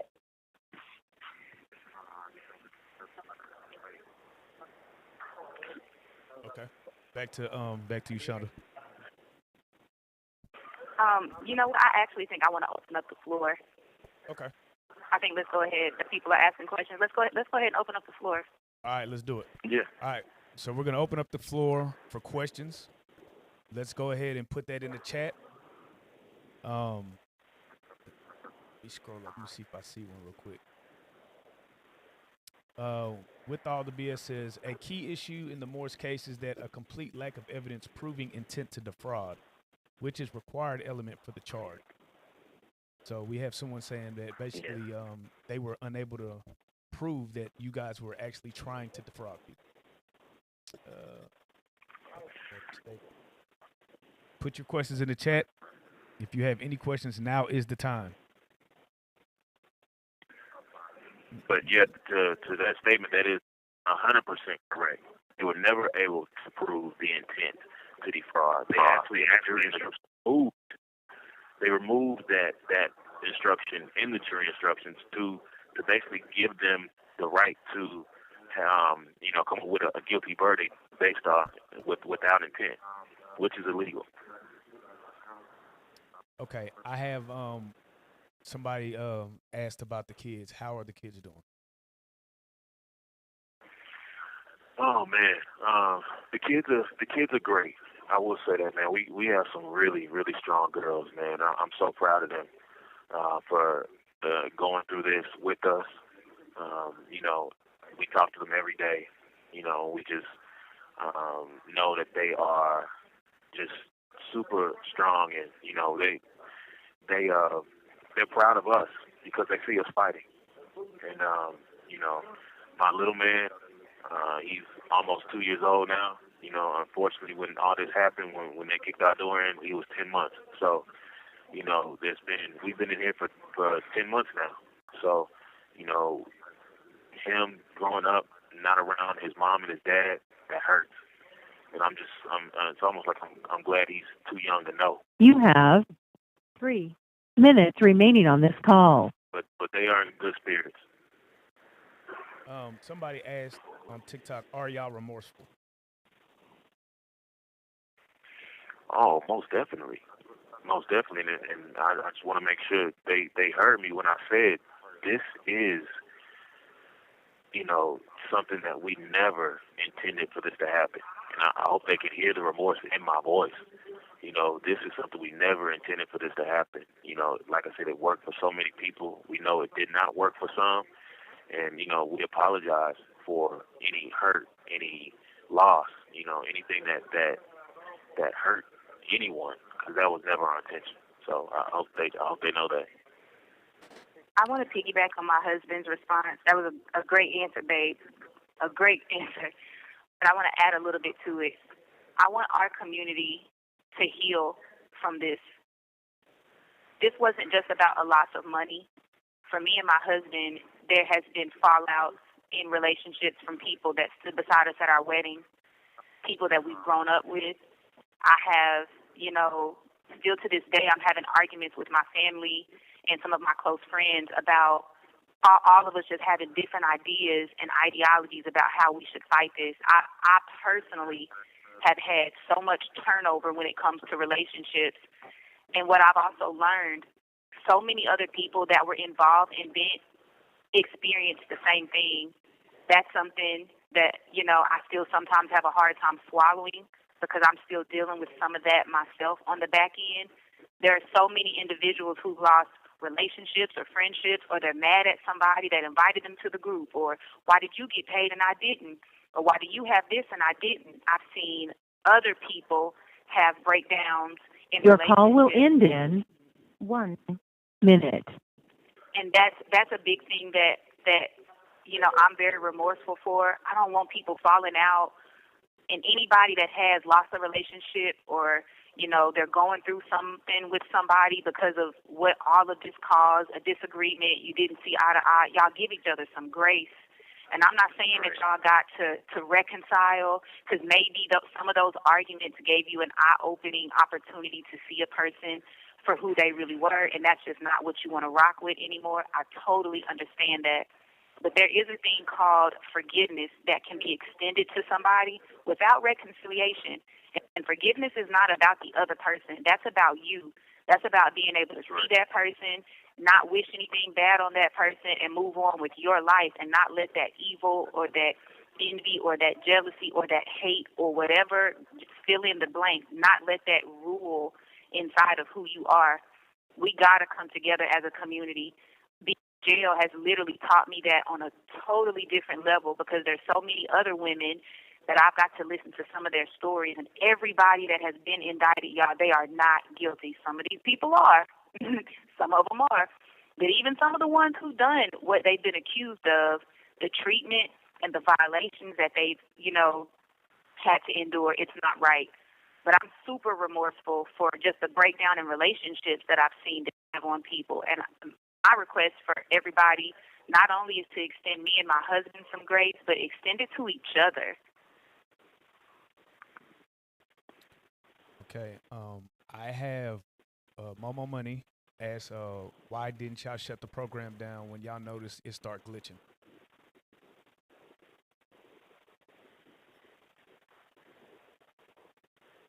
You want to go first, honey?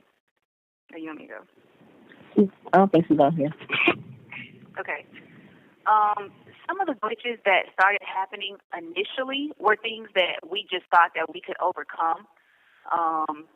Like I said, being super ambitious, super driven, and I think we just always held on to the fact that this actually works. One of the witnesses that the government put on the stand, one of the 4 witnesses that was in BINT, she said out of her own mouth, these things work. They're actually good for the community. So I guess just being overly ambitious and thinking, hey, it's just a rough patch, we're going to get over it. It's just a rough patch, we're going to get over it. half of our destruction was some of the bugs that happened with Connect Me. And I spent a long time, me personally, being mad at Nehemiah and wanting to, like, had this not happened, and had this not happened, and had this not happened, then BINT would still be. No, there was so much going on. There were so many different things happening. And one thing that I've learned from Sandra and her husband and some of their mentorship is nothing happens or doesn't happen unless God has willed it to happen that way. So I'm trying my best not to live in woulda, shoulda, coulda. But to answer your question, thinking that we were going to be able to get over it based off of certain promises that we were being given on the back end about the software. And we still had a lot of support at that time. We had so much support from the community. Even when people were trying to leave or were doing things to attack the community, we still had so much support of people that, had our backs to keep the community going. That's what made us continue, though. Okay. We see. I got the clips. Says, what questions do you think y'all should have asked earlier when the program was introduced to you, and what prevented those questions from coming up? That's a really good question. Questions that we should have asked earlier.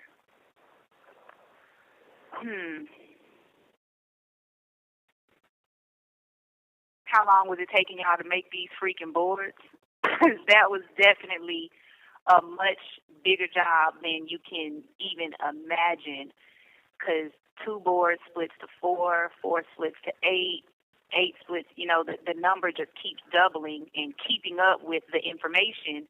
And then once a board splits, you got to find, okay, well, this board split into this board, and just tracking the information. We should have just done more due diligence on the administrative side of the manual work that it took to make everything work. Definitely should have done way, way, way more research on that before we decided to jump into this. And what prevented us from asking those questions, while it may sound, very selfish, I can admit, I have to be honest and say, it felt good when I would see this work for other people. That's why I wasn't asking certain questions like, hey, yeah, this is hard, but man, this is helping somebody. Let me keep going. Ooh, this is helping somebody else. Let me keep going. And I never thought that my capacity was going to be stretched the way that it was stretched. I don't think I even stopped to slow down to think about the turmoil that it would have on me as an individual, as well as a mother and as a wife, because me and my husband had so many, headbutting situations behind trying to help other people. And it's like, now, what we look like fighting, and we doing this for somebody else. I think the fact that it felt good to see this working for so many people. We just never stopped to slow down to think about, what it was going to do to us long term. I think also to add to that, it felt good creating something, to your point, that was helping others, right? Because I remember the vibe in the group at that time. Everyone was happy. Everyone was, communicating. We had chat rooms. We had chat rooms for singles to people to meet. We had a networking chat where if you wanted to share your business and your business ideas, or gain new customers, there was things in there, chat rooms that were catered to that specific need. We had people in there literally helping each other, and it was good to see all of us come together, for a common cause to do just that. And so, just everyone. I remember we used to get people would be up in the chat like literally 2 or 3 o'clock in the morning, and I remember we just having to cut our notifications off because, like, hey, we're not going to be able to get anything done. Just from people just loving the community. And so having something that strong, that powerful was a great feeling, to see all of us coming together for a common cause. All right, let me go to Trill. He says, with the charge being wire fraud, were they not able to trace the money and show how it was used? Yeah. Every like my wife said, they came with their expert witnesses and expert accountants, and we had our own forensic accountants. The money was never, for one, in the case of wire fraud, you have to prove that they came from ill-gotten funds or with an intent to defraud. And they were never able to prove that. They have every single transaction, every line by line you can think of, and, you know, we didn't go out and buy cars and vehicles or jewelry or anything like that, anything crazy. You know, the bulk of the money, and I just want to make sure everyone knows that the most money that was made came from the Connect Me commission that we received. Like I said before, we received a $35 commission from each person that was in the community from Connect Me. Connect Me, there was an $85 charge. Connect Me received $50. We got $35. That is the bulk of the money. And it's weird because if that is what you're calling an ill-gotten fund, then we weren't the ones to receive it. People never paid us the Connect Me fee directly. It went directly to Connect Me, and the Connect Me wrote us a commission check. If those funds are not ill-gotten or illegal, how can you charge us for the money that we received from Connect Me? It doesn't make sense. I also want to add to my husband when he talks about the charges. You guys are allowed. I don't know, Sandra, if you or Jeff or somebody has the ability to. You have 3 minutes remaining on this call. If somebody has the ability to drop the link in the chat where they can see the 9 counts for themselves, these counts aren't exactly what you think they are. So it might be conspiracy or money laundering or wire fraud, but you got to break down what the charge says. Like one specific charge is one person out of the group paid $85. I think count 3. One person in the group paid $85 to Connect Me, and they're giving us a charge for that. Another charge is us paying off our house. Another charge is one person in the group paying my husband. I got charged for that, and he got charged for it. Another charge is we making a payment on. You made a payment to your credit card from your bank account to your credit card. That's a charge. So when y'all hear wire fraud conspiracy, it's conspiracy for making a credit card payment with your money to your credit card payment. I want y'all to actually take a look at what these charges are for. None of them have anything to do with 25 million, 30 million, 40 million, Ponzi scheme. I want y'all to just take a look at the charges for yourself.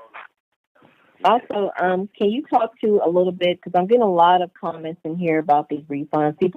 That one thing I want to say too, many people was a part of it, but they didn't understand what they were a part of. And I too was a part of it, and they didn't understand the boards, they didn't understand your refund process. And it really wasn't for them to fully get a full understanding of it. However, because we're black, and when you're black people don't have really sympathy for one another, so they're going to be more harder. Like, they're not going to be hard on them losing money with the casino or the lotteries or anything of that nature. Even if they've got promised something, they just won't, because they're not going to do that with them. They're going to do that with each other. So you want to make sure you explain this slowly so they can get a good understanding of what your refund process is like. So I'm seeing a lot of that. The casino call will end in blah, blah, blah, minutes. that kind of stuff. They need to get a good understanding, because most of them didn't know what they were a part of, and I can really tell by their questions. So if you stop and not talk and really relax and let your emotions stop driving you, you can learn some things today. But if you keep letting your emotions drive you, you're going to keep being in the same ignorant position. No offense. Ignorance just means you just don't know. But if you really want to learn, calm down and listen. You got to go over that refund process because they don't know. Yeah, let's go through that. Yeah, I'll definitely go over the refunds. Let's talk about the refunds again. When someone came into the community, they were placed on a board. They were placed on that board depending on who invited them. They got behind that person, and that person in the middle spot, that water position on that board, there would be 8 outer spots on that board, which were called fires. Those 8 fires would pay that one water position, $1,400 each. That equals $11,200. That person in that water position would then, they have the opportunity, they can get back in, they can do it all over again. They cannot. They can say they're done. And all these boards, they have different people in the water because they've moved up. So when you started the fire, the next thing after you make your $1,400 blessing to the water, you move up in your wind. And then once that board splits and more people are added to the fires on the next board, you move up again, and now you're in earth. And then once that board splits and more people are added to the fire position, now you're water. Now it's your turn.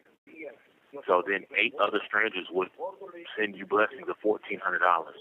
That's exactly how this worked. So I want to make sure that people understand exactly how the movement worked. You had to be a fire, then a wind, then earth, then a water. That's how it worked.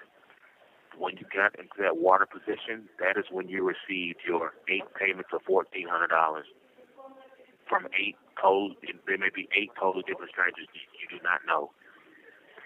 When we first started this, we had a huge demand. Like I said, we had a waiting room of almost 3,000 people waiting to get in, and we had too many people and not enough boards at that time.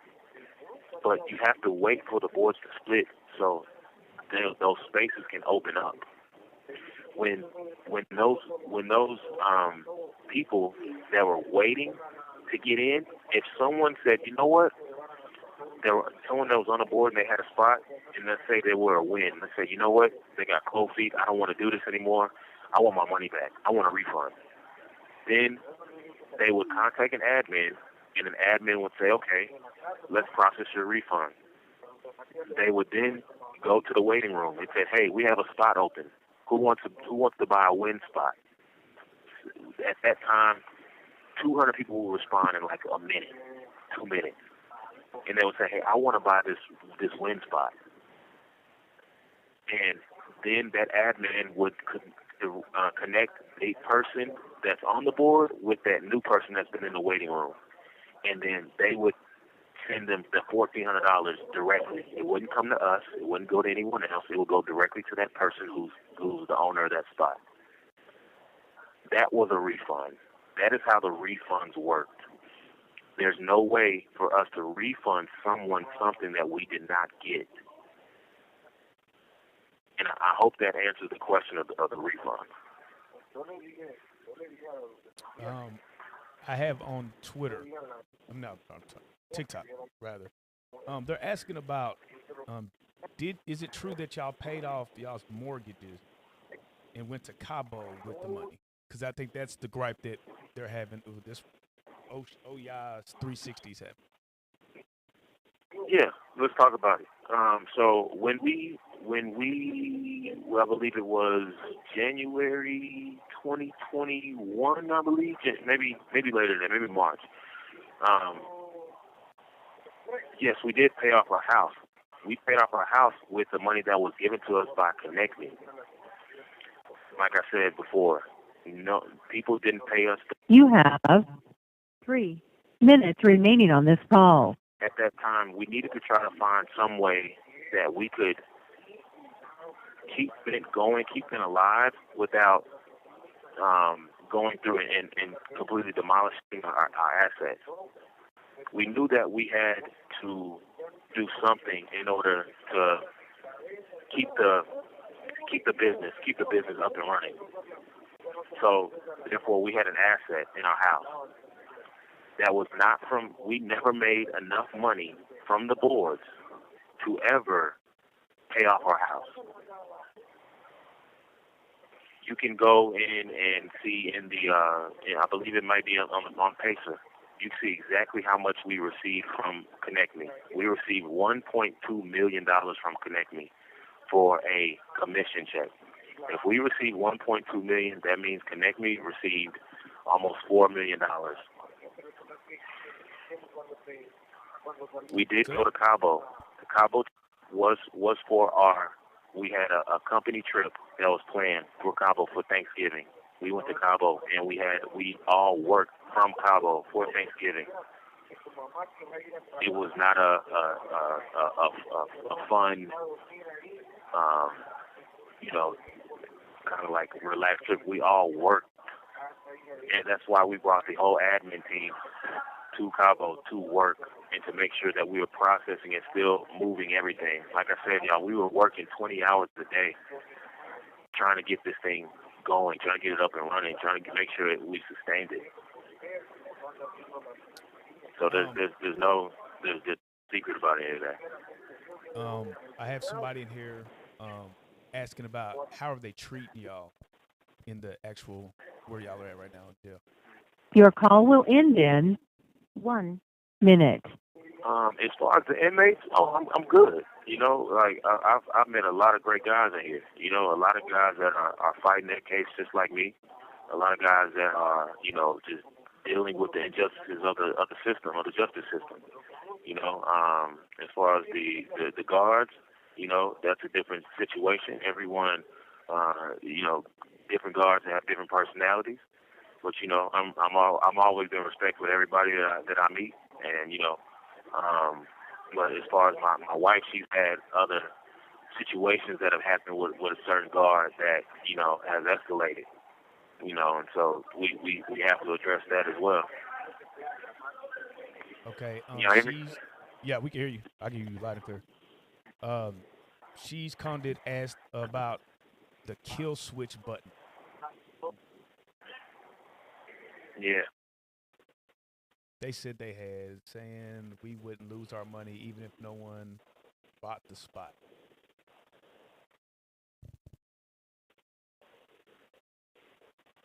I think my husband dropped off, but I'm still here. So Gotcha. Just to go back to finish the first question, I'm not for sure about the kill switch. I'll get a little bit more information on that. But as far as how I'm being treated, I get along really, really good with everybody in my pod. I know it was a big thing when I got locked up. Most girls were trying to say, I'm in my soft girl era. I've been in my spiritual girl era since I've been in here. I was actually on that road prior to being incarcerated, but having this much time on my hands, I've been able to dive into it in a totally different way. I've met a lot of really awesome women in here, got to hear some of their stories. Some of their stories are, believe it or not, even more messed up than mine. Me and the girls that I have in here, I'm really big on trying to get people into praying and fasting, teaching them who we are, what our identity in the Bible is. We actually fast every Tuesday and Friday in my pod, which is something Sandra and her husband got me and Dre doing prior to us being incarcerated. I'm treated really well by the women in here.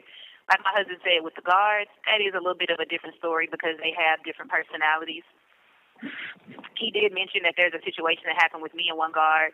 I haven't even really had the opportunity to tell my family about it, but I do know that it was mentioned, I think, in another interview. But I was sexually assaulted by a guard 2 days before the trial started, which is something that we're dealing with. That was reported to a couple people the day that it happened. I haven't talked to anybody else about it since, so we'll kind of see how that plays out. I'm fine. And just to make sure that, because I know when my family hears this, they're going to go crazy. When the situation happened, she done it in a way trying to be slick and immediately tried to correct it. It was handled. Do I think it'll happen again? No, because I make a really, really big noise anytime anything crazy happens with me in jail. The warden knows every piece of who me and my husband are, and they know that we have people on the outside helping us. So a lot of things have kind of calmed down since I brought issue with that. But I would like to say, if anyone knows anyone that works in the Plea department, PREA stands for Prison Rape Elimination Act. Let them know that my case has not been taken care of. No one has come and talked to me. No one has come and questioned me. I don't know if they're still doing an open investigation, and the guard that committed that assault is still working at Fannin County Detention Center. Yep. I'm going to drop some of these statutes in the chat for those that are interested to know more and go look these up. I'm going to drop just a couple of them in here. Very important to know. Shonda, I want to ask Shonda a question too. Yeah, go ahead. It was a question that came up. If you don't mind sharing how when the board split, And you may not be able to talk to this because this is, some things that maybe, I don't know if you want to say anything about it, but when the boards were splitting and how it got kind of chaotic there at the end of the board when the board started to split and you guys were trying to play firemen to put all these fires out that was happening. The one thing I want to make a point of too, when you're in Primerica and these other groups and, when you go into these different, multi-level marketing organizations, you have to build a team. So anybody that goes into these things, no matter if you were told, okay, yeah, we can have fires or whatever for you, or you guys are going to get a refund, those are things that initially when you came in, there was a lot of hype, a lot of participation. So it warranted that. Like any other new business would do, they have grand openings and things are supercharged, and so things can be more accommodated. As you grow, things level out, things do change. And we don't have an unforgiving mindset for Amazon and Walmart, all these big companies who have the same similar mindset. They've had to change the course of direction mid-process, mid-procedure. And you go in that store and you be like, oh, man, I used to be able to get a refund back without my ID. Now I got to do this. Now I got to do all these things. Is that making sense? So you have to be able to look at this from a business perspective, is what the Moors were attempting to do. It just grew too fast, too quick, and they couldn't support the infrastructure because of the numbers and the dynamics that came with that. So, but I want you to talk a little bit about, if you can, Shonda, about that splitting of the boards. That's very, very important to talk about a little bit, because how did they split and why some people weren't paid out during that process of the chaos when they did split. I'm not really, I don't know if I really know what to say to that question. To be honest with you, what exactly is it that they're wanting me to answer? I don't understand the question. Okay, I know how it works. Somebody's saying, this is Jennifer again, Ferguson 300. I'm asking, why did our board keep splitting but never went to the center and get paid? Some boards were able to move faster than others, depending on if the outermost layer of that board was filled with fires. Some people, participated and they hustled. You have 3 minutes remaining on this call. They were able to get their own fires, so those boards would move a lot more quickly. There were other boards where we would have to try to help fill that outermost layer, so they took longer.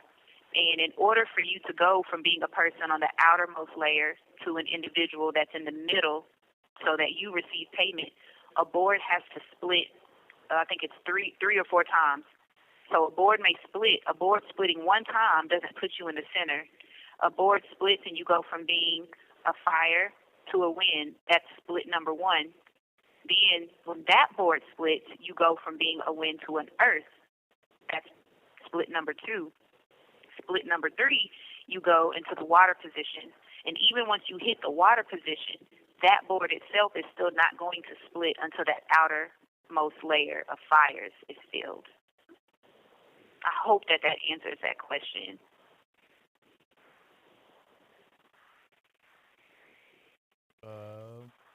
Jennifer, let us know if that answers the question. Looks like Dre probably is not going to be able to come back and join us. We have, right now, just to let everybody know, I don't know how much longer I'm even going to be able to have this phone.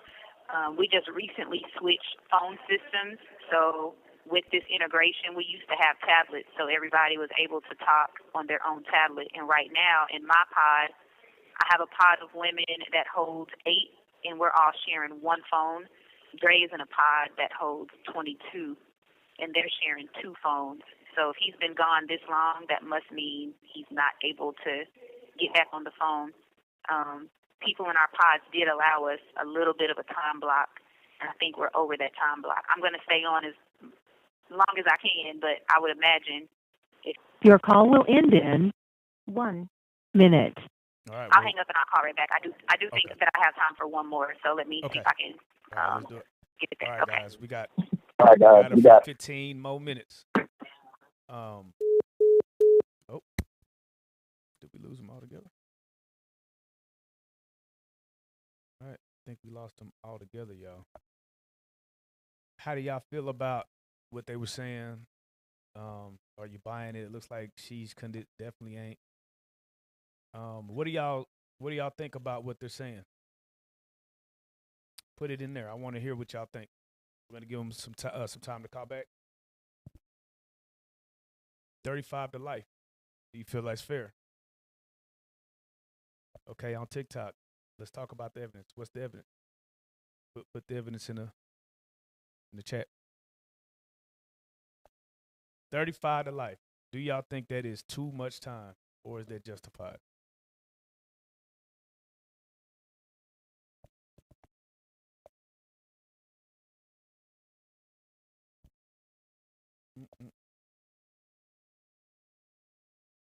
So she says she will call back.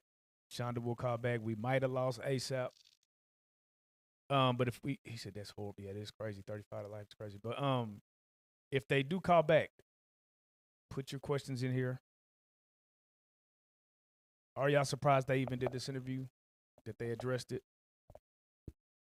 Put your thoughts. I just want to hear what y'all think.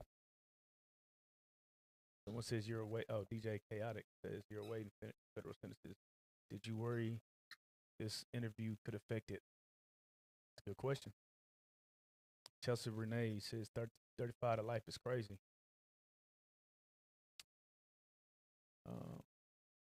We have. Please make sure this is posted on YouTube. We on YouTube right now. I want to go back and watch the full video. Oh yeah. Nah, it's on YouTube right now, but yeah, it's gonna be on YouTube. This is for the TikTok audience.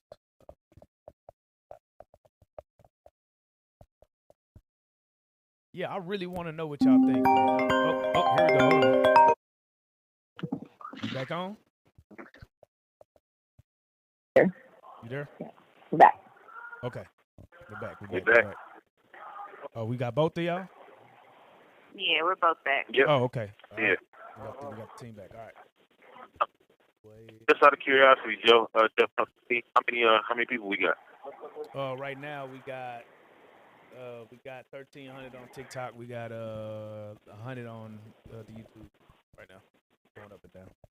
Got you. What's the highest gotten up to? 1,300. Okay, gotcha. All right. So I do have one question that was sent in. It was specifically around the sovereign citizenship. They said you said you weren't a defendant, but you send letters in your own handwriting with that narrative. I don't know. In the chat. I think they're speaking to some of the letters that we sent since we've been in jail. They don't give us computers or typewriters or anything, and paperwork can't stop just because we're in jail. I do know certain jails that other women have been transferred from to this location where they are offered some of those amenities, but the detention center that we're at right now doesn't allow that. So, yeah, that's where the handwriting comes from. Prior to us being in jail, when we submitted letters, those weren't handwritten letters, but they're handwritten letters because we're incarcerated at this particular time. Right. Before. And also, I wanted to say to that too, whoever's actually mentioning that, hopefully they went on Pacer and saw this themselves. Hopefully it's not a government employee, because they do stalk these communications. Certain people, like, you want to talk probably a little bit more like about Kelly Singleton Lewis and her involvement and the fact that she put up this BINT page and smeared you guys. She's a government worker. She's a federal probation officer. And she has minions, and probably some of these people in the comments, hopefully they're not, but they're probably affiliated with her. So many things that we're seeing that's being spoken only would be known unless you've gone out there, and you have to pay for these paper downloads too. Pay for these downloads and actually seeing this stuff with your own two eyes. So somebody mentioning handwriting things and this and that, and them, being sovereign and all that kind of stuff. Hopefully they're only getting that from going on Pacer, which I doubt. I'm just kind of saying I got a little leery feeling about that. Yeah, and I also want to say that we are not, we don't classify ourselves as sovereign citizens. That while we know that there's a big class of people that do classify themselves as that, but that's not how we're operating. We're operating on our private side and within our own person. So, and we do not classify ourselves as a defendant. That's a straw man that the government gives you. She's Condit asked, when is the sentencing? We don't know. We don't have a date yet. From what we were told, it should be sometime, maybe March, maybe April. All right, let me see. Go back to this one. Fanny Allen asked, how much money did they personally make off their boards and the monthly subscriptions for the app? Their entire family stated or started off in the water on multiple boards. Oh, wow. Welcome to that comment. Our family did not start in the water on multiple boards. Go ahead, like I said before, when we first started, we didn't create our boards. The boards that we brought over into BINT came from a group called Multiply Blessings. In that group, we did not start off on a board. We basically transferred those boards and all the people on them into BINT, which was the new community. So we hear that narrative, but that's just impossible because we would have had to create new boards, and we just never created new boards. So let's just get that out the way. And I'm going to let you talk in a minute to clarify that as well from your standpoint. But as far as numbers, let's talk numbers. We had a forensic accountant go through every single one of our accounts, and after refunds, after paying people to be blessed out, after all of that, we only profited between me and my wife right around $40,000. $40,000 from the boards. And that, you know where that $40,000 came from? That was when we were blessed out and Multiply Blessings. That was from the original group. So people talk about, oh, they got rich off board money, they got rich off board. No, we never put our family in any position to win because everything was about transparency. Everyone had to go. The only way we end up on the water spot is when we started off as a fire and moved up just like everyone else. If we would have started out boards, people would have lost their mind and said, hey, man, you guys are creating boards and putting yourselves in it. We never did any of that. So, and as far as the money from Connect Me, we got a commission check, like I said before. The commission was from an $85 subscription that Connect Me charged that went directly to Connect Me. We received $35 from that as a commission. And a total of that came to about like $1.2 million over 6 months. Somebody's asking, who owns So Connect? That Nehemiah Thompson. His name? Yeah, Nehemiah Thompson had this company called Connect Me at the beginning of 2021. I also want to add a few quick things. I don't want to hammer it too much, but just to add a couple things to what my husband said. When he says that we profited $40,000 off of the boards, I don't want anyone to think that we're saying we only made $40,000. Did we intake a six-figure number? Absolutely. But we participated. A lot of times when people didn't have fires, we would go get a fire on a board. So that is how me and my husband and our kids' names ended up on so many boards, was from our participation. We never just, hey, we collected the money and we collected, we reinvested, and we jumped back on boards to push other people's boards. And like my husband said, I think I got blessed out a total of maybe 6 or 7 times in the group that we had before BINT was ever created. I was blessed out, I think, maybe 6 or 7 times, and my husband was blessed out 3 or 4 times. So for us to only profit $40,000, that's less than what we made before BINT was ever started. Each time that you get blessed out, you're making $11,000. 11,000 times 6, or 11,000 times 7, that's 66,000. 77. If it's 6 boards, that's 66,000. 7 boards, that's 77,000. If Dre hit 3 boards, that's 33,000. We profited less than what we made in multiplied blessings before we started BINT, but we were okay with that. And even the figure that we made from the commission check from Connect Me, which was supposed to be $35 per person, there were also taxes and fees that came out of the 35, so it wasn't even a full 35 that we made per person off of the Connect Me. We spent $500,000 of the money from our commission check from Connect Me on payroll. The individuals that work for BINT, they were paid. And I also want to make sure that I clear that narrative up on them. Even though some of those individuals I do not talk to, have not talked to in years, we have no friendships, no relationships. They did not do anything wrong, to my knowledge, and I've scrubbed this information frontwards and backwards, and I'm still not going to say that any of them did anything wrong. Those individuals never done anything to be advantageous to themselves or their family or their friends either. But when you have a company of 25 to 30 people at any given time, they had to be paid as well. And I've also heard that they were paid $10,000 and $12,000 a month. That is also not true. So just wanted to clear those few things up really quick. Gotcha. They also asked, did y'all file a lawsuit against Connect Me to hold them accountable? Yeah, baby. Good question. We actually in the beginning, I want to say 2021, maybe April or May, we were actually already in the process of filing a civil lawsuit against Connect Me. And you know, we were already had everything drafted up.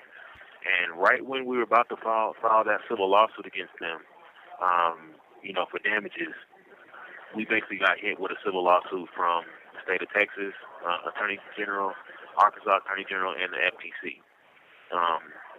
When we received those, served those civil suits, you know, we talked to different attorneys, and they said, hey, you know what, you might want to just hold off on, you know, filing a suit on Connect Me, because you're going to need all your attention to be diverted to this civil lawsuit, because this is a big lawsuit. So you don't want to, you know, have attorney fees coming out from one side for this other civil lawsuit, and also trying to fight a big lawsuit against the state. So, and that's what we did. We said, hey, you know what? We're going to reserve our right to come back and file this lawsuit. 3 minutes remaining on this call. We're going to reserve our right to file this lawsuit later on after we get done with the civil suit. And by the time we get... You have 3 minutes remaining on this call. By the time we got done with the civil suit, which was in, I believe, early 2023, you know, not long after that, we got hit with a criminal case. And that's what we've been dealing with ever since. Do we have y'all for more, or if this is the last 3 minutes, I'll go ahead and end it out now. I don't know what y'all looking like over there. Oh, we still here. If they still here, we still here. Okay, good. All right. Yeah. Quick. Okay. Somebody's asking, did BINT derive from Blessing Circle?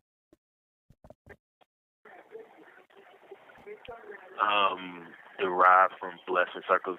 Was it created from a Blessing Circle? I mean, technically, I guess Multiply Blessings was considered a blessing circle, yes. So that's how it all started. We started from a group called Multiply Blessings, which we were in. We were just participants in.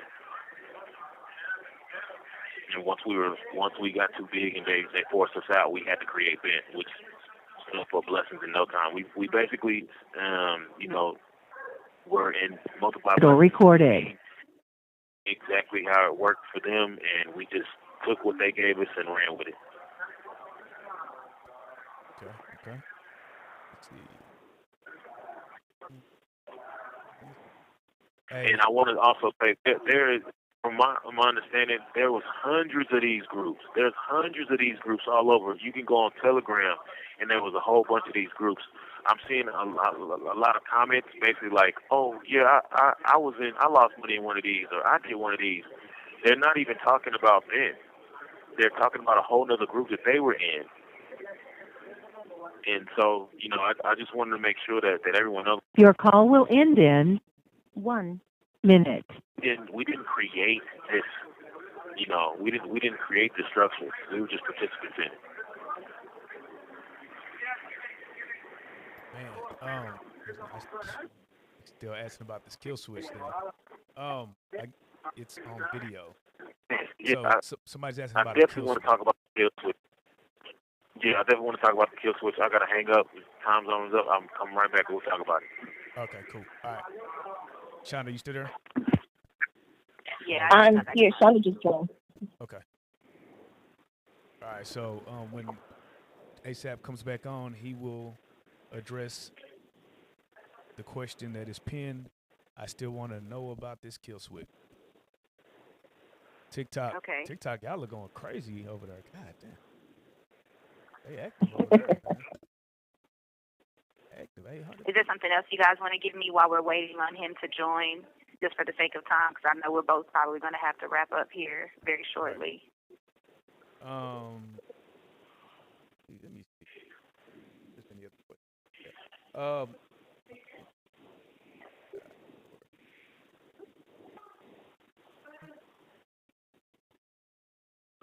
I think y'all answered most of the questions that I've seen. Is there anything else, just, now that you're on the, you have a bunch of people in here looking and watching and listening, is there anything that you want them to know about you moving forward, like what y'all's plans are going forward, how to fight the case, support, whatever? Floor is open. I think all the support information has been given, and like we said earlier, the more support, the better. We do have a couple things, in the background working as far as how to fight this, but one thing that I've learned is you don't know what you don't know. So we're open to any suggestions, any additional help, any insight that anyone might have to offer when it comes to that. It's definitely going to be a battle. I think Dre's back. It's definitely going to be a battle that's not going to be won just with us. But ultimately, what I do know is that, what's in God's plan is what's going to happen and what's going to prevail. I can't worry necessarily about what it looks like at this particular moment, because faith is about believing in the things that are unseen. So that's pretty much what keeps me going with this fight in the first place, is just knowing, like, hey, it may not look the way I want it to look right now, but ultimately the truth is going to win. That's right. I do see somebody in here, and I've seen a few of these a couple times. They're asking why speak up now, as opposed to back then letting the blogs run with certain narratives. I think I had the worst time in the beginning being quiet. I think that was one of the first things. I remember being so mad at my husband about that. It brought a lot of tension, because I'm like, why we not talking? Why we not talking? Why we won't respond? I wanted to get in the comments, all of that. I'm very thankful now that I didn't. But one of the number one reasons why we never did, that's what we were counseled to do. Every attorney that we ever went with told us not to say anything. Some of that came from, no matter what you say, they're going to twist it. Anything that you say, because the height of the blogs and the media happened on the civil side, and the prevention of things going criminal is what ultimately, told us to be quiet. Even during the trial, I wanted to testify. My husband did too, but when you're told to be quiet, you're told this by individuals that are supposedly, experts and professionals, that's what you kind of just go with and you believe. Now at this point, we kind of look at it like, we're damned if we do, we're damned if we don't. Your silence is taken as acquiescence. Your silence makes you guilty, and then if you say something, that makes you look even more guilty. So at this point, it's just like, what do we have to lose other than putting the truth out there and letting people make up their minds for themselves? Yeah, and I agree with that as well. Like you said, I mean, we both went back and forth about, should we say something, should we not? And I think one of the main things we said, in the beginning was, man, everything that we're saying, even when it was going, everything we said always got twisted. And it's so hard to fight, the public opinion, especially when the media comes out with something. People automatically jump and believe whatever the media says. You see it time and time again from different people, different cases, different situations, and then the media never comes out and apologizes like, hey, we were wrong. Like, they just move on like nothing happened. And so, they started just drilling us on everything, and there was no way we could possibly fight all of that. And I will also be, you know, very open and say that it was hard. Like we went through a very depressing time. You know, when all this happened. You know, imagine, you know, starting a business and we're thinking that, oh man, this is a great business and we're successful and it's going great and we're helping so many people, and then it just tanks and it fails. And so I'm going to speak for both of us. We looked at ourselves as a failure. Like we failed, and we failed big. And so, you know, it was hard, you know, for us to even want to come outside because, you know, we had so much shame of failure, you know, and, you know, PTSD, so to say, from people just speaking on what they don't know. And so we having to deal with that. I just don't think we were ready at that time to really just come out and speak and be articulate the real issues. I'm just curious.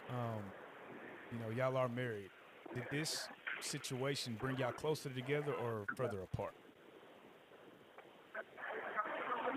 Oh man, definitely closer. I would say, man, I have a newfound love for my wife. You know, we are still, regardless of distance and regardless of the situation, you know, we made a vow, you know, through thick and thin, through, you know, better for worse, you know, we made those vows to stay together. And, you know, I have a even deeper love for my wife. You know, they say absence makes the heart grow fonder. But seeing her, how strong she is, seeing how, you know, how she can take a hit, and it might affect her a little bit, right? I mean, we're human, but to see how she can brush it off and get back up and keep going and still have her faith in God, and we still have our faith, and we still every day we pray together. We actually have times, even though we might not be on the phone or we might not be talking to each other, we pray. You know, every, you know, noon and midnight, we have prayer times, and we're not on the phone, but we're connected spiritually. So this definitely brought us closer together. And I'll let her answer as well. Oh, he loved me. It's definitely brought us closer. We've had our rough moments, I will say that. More so just, I can speak for myself. I think the hardest part in our marriage was feeling like a failure as a wife, feeling like a failure as a mother, as a friend, as a sister, as a daughter, and all those things kind of made me withdraw and recluse in a way. And even though there were times when I thought that I was moving forward and I was still being, you know, my regular self, I can look back now and see that I was only being a shell of myself. And when I finally shook that spirit off, things went back to being how they were, actually to being better. I love my husband. He's been a very, very, very, very, very strong person. He's a big foundation on my faith. He's a big foundation on my strength. He's still an amazing father, even from jail. It's crazy how resilient our daughters have even been. It made me cry a couple weeks ago for the first time. My baby, I was on the phone with her, and I try my best not to have emotional moments with them. And my oldest, my 16-year-old, told me, she was like, "Mom, I am so proud of you." And a lot of my kids, like, they're close friends. They know what's going on. They're not ashamed of it. There's nothing nobody can say to them about their mama and their daddy. They love them some us. But our marriage and our family, even, you know, although we're separated right now, we're all still very much connected. Man, I want y'all, for anybody that's in a similar situation like that y'all are going through, what advice would you give to them?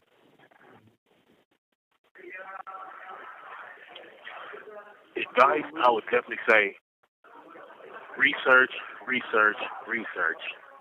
Before you get into anything, before you start any business, before you go into business with anybody, know the ins and outs and the do's and the don'ts, and you know, really know the people you get into business with, for one. Know their intentions. Know their, make sure they have the same intentions. Make sure those people are like-minded. But, if you're in a situation like we are in right now, stand up for your rights. Stand up for your rights. You have rights for a reason. The Constitution is there for a reason. You have them, and the Constitution is there to protect those rights. Stand up. Do your research. Get you, get with the Concerned Citizen Coalition that are going to back you up, that are going to help you out, during these times, that are going to, walk you through, what it looks like to fight, and stand for the truth. Don't give up the truth. The truth is all you need. And I know it's hard, but we're standing on truth, and we're in it right now. But y'all, you have it just 3 minutes remaining on this call. Real quick, ASAP, because before I forget, the kill switch question that Condon had. Yeah, man. So we created at the end, it was supposed to be a restart. And that restart was basically supposed to get everybody back whole, So we had to go in and, come with a restart method to where everyone's going to get back whole. And that was supposed to be the kill switch for everything. So we can all start over. And, baby, you can explain it a little bit better as well. Still there? Did we lose him? You hear me? Might have lost her. Oh, we must have lost her. Okay.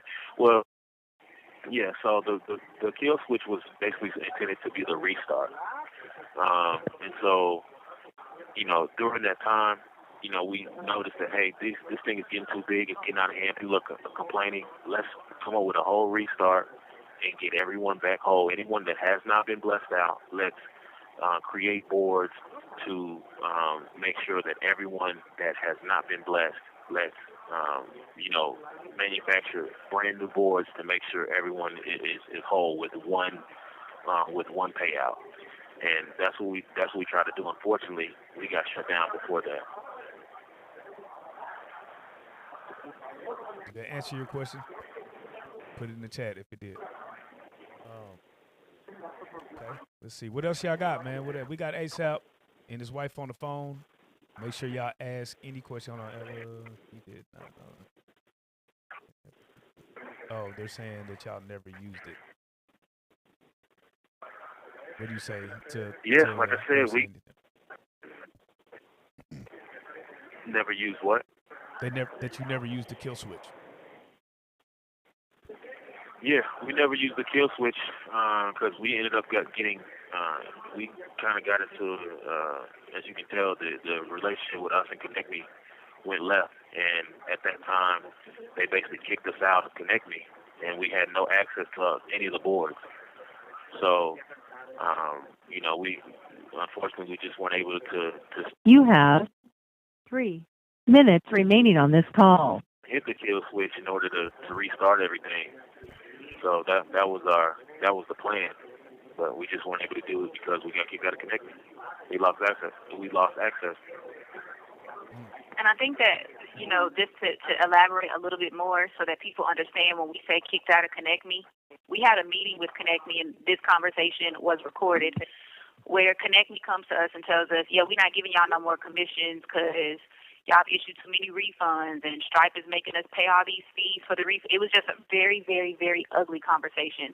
And things had gotten so bad inside of our group that Connect Me wanted to disassociate themselves from us because people were going and making complaints at that time with the Better Business Bureau, and they were putting Nehemiah on them, and he was just trying to disassociate from us. And let's also make sure that we, let it be known, Nehemiah was a participant in BINT as well. He also used to get on some of the Zoom calls, and he would speak. Then he stopped speaking, and he started giving the information to Dre and I, and we would give that information to the group. In this last phone conversation, Nehemiah tells us we're going to create another software. It's not even another software. It's just going to be Connect Me. We're still going to have Connect Me for people that don't know about BINT, but we're going to turn Connect Me into something else. We're going to give it another name. You need to tell the group that they need to join this new software. Don't tell them it's Connect Me. We're going to call it something else. And in the middle of that, like, me and Nehemiah kind of had a really bad conversation because I'm like, you have lost your, we're not doing that. So because we would not go along with that plan, that's when everything completely severed. And we weren't able to access things the way we needed to access things in order to move forward to do that very last, board split that would have made everybody whole. What Nehemiah wanted us to do ethically was just not something we were okay with. I'm not going to take Connect Me and call it something else and then make people pay for that. And this new updated version of what Connect Me should have been is going to have all the bells and whistles, which I highly doubt that it did. I'm not going to do that to people because guess what? Somebody's going to find that out. And even if that were me and I had known that happened to me, I wouldn't be okay with that because we were not okay moving forward with what Connect Me wanted us to do, the way they wanted us to do it. And the next thing we know, we hung up the phone with Nehemiah from having a very ugly conversation, and I think less than 24 hours later, he sends a mass, I don't remember if it was a text message or an email to everybody that was inside of BINT because Connect Me had everybody's information, their names, their phone numbers, their email address. It was a data bank, really. They sent I don't remember if it was a text message or an email, but they send this basically farewell message to everybody in BINT. When that message went out, everybody thought me and Dre sent that.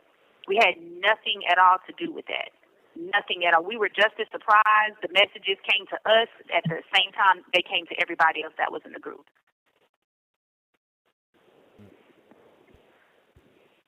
Hopefully that answers y'all's question. We have one about what is your financial status as of now? Jail. We broke. Can y'all hear me? Yeah, we hear you. All right.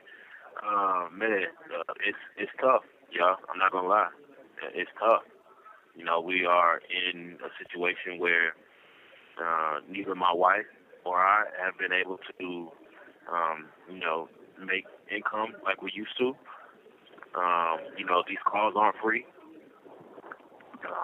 We are depending on our family and our friends and the support of them to finance everything we're doing right now. We have a great support system that's been helping out. And so, if it wasn't for them, we would be in a totally different situation right now. So we're definitely grateful for them and all the support that we have. But yeah, it hasn't been pretty. But we know that there's better days to come.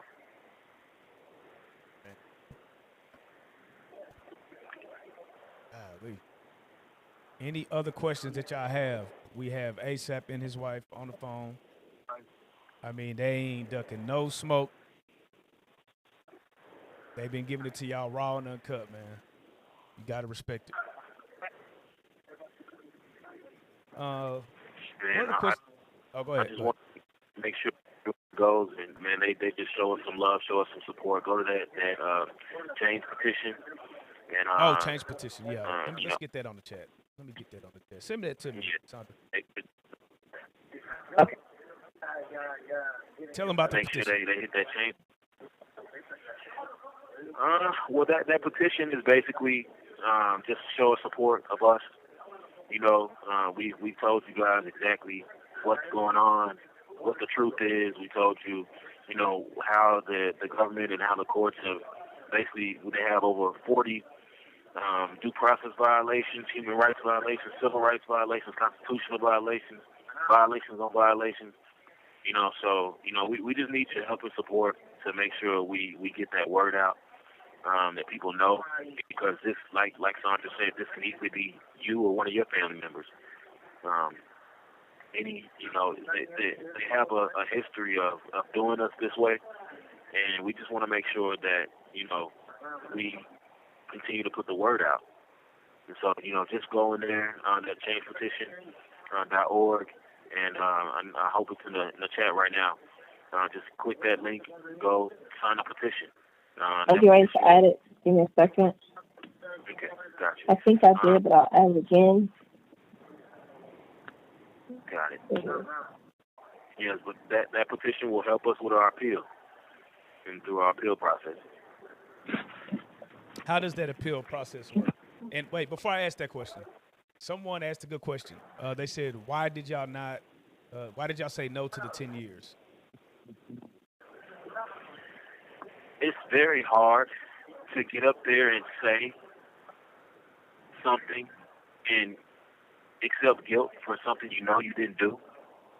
And I've always just been a man of integrity. And so if someone says you killed someone and you know you didn't kill someone, are you going to agree to that just because they're offering you 10 years? It just doesn't sound right. Like I said before, like, you can't make deals with the devil, because I've seen people that have made those type of deals and they give up all their rights. You know? And that's just something we talked about thoroughly, and we just weren't willing to do that. Okay. All right, go ahead. You were about to go off. What were we talking about? I wanted to say, I know we talked a lot about a lot of things. I want everybody to kind of get from them to the violations that they've endured, and that they're not here saying that people didn't lose money. That's not what they're here for. They're here to talk about the whole operation if they can, as best they can. At the time they have allotted to them, you're not going to be able to cover every single thing about BINT in this time. There's just no way to do that. But you can kind of give some clarity for those that may have questions, and we can maybe do a part 2 if we need to. Right. However, the main thing that people need to receive and understand is that their rights have been violated while they've been in police custody, by the U.S. Marshals, by the judge, by the prosecutors, by the entire United States government. And many people are facing the same thing right now, a cousin, loved one, or they will be facing something similar. That's what this really is overall about. Yeah. And right about that. To backdoor that as well, and I want you to touch on the statutes and some of the case laws as well. But, you know, as I've been in here, I've been able to meet other guys, and the government likes to charge people on conspiracy. That's like their number one count in the feds. And the way the conspiracy works is they don't have to catch you with anything. They don't have to have a controlled buy as far as like when it comes to drug conspiracy. They don't have to catch you with anything. They don't have to, have a controlled buy. They don't have to have anything. All they have to have is someone say something. Someone, going off of hearsay, say something, or say you have a phone number or a connection to someone else, and they can charge you with conspiracy. And, you know, on top of that, you may not even know that person. That person can just drop your name. And there's so many guys that are in here that have never been found guilty of anything. And they're looking at 20, maybe even 30 years off of what someone else said, just a hearsay, just a rumor. You have 3 minutes remaining on this call. They charge them with what's called ghost dope. They can be caught with nothing at all, but because they know someone else that knows someone else that knows someone else that happens to sell drugs, they're the ones that are getting charged with conspiracy. So I think that's crazy. And I see it every day in here. Another thing, too, you could speak to this, too, Dre, is about the constitutional rights. You guys have talked about over 40 that were violated. Many people don't understand that when you're in the court system being charged with a crime, there's a certain thing called due process where they have to follow certain procedures.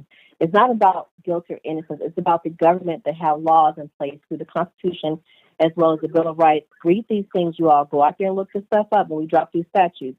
So you can know if you ever get in a situation, if your rights are being violated constitutionally.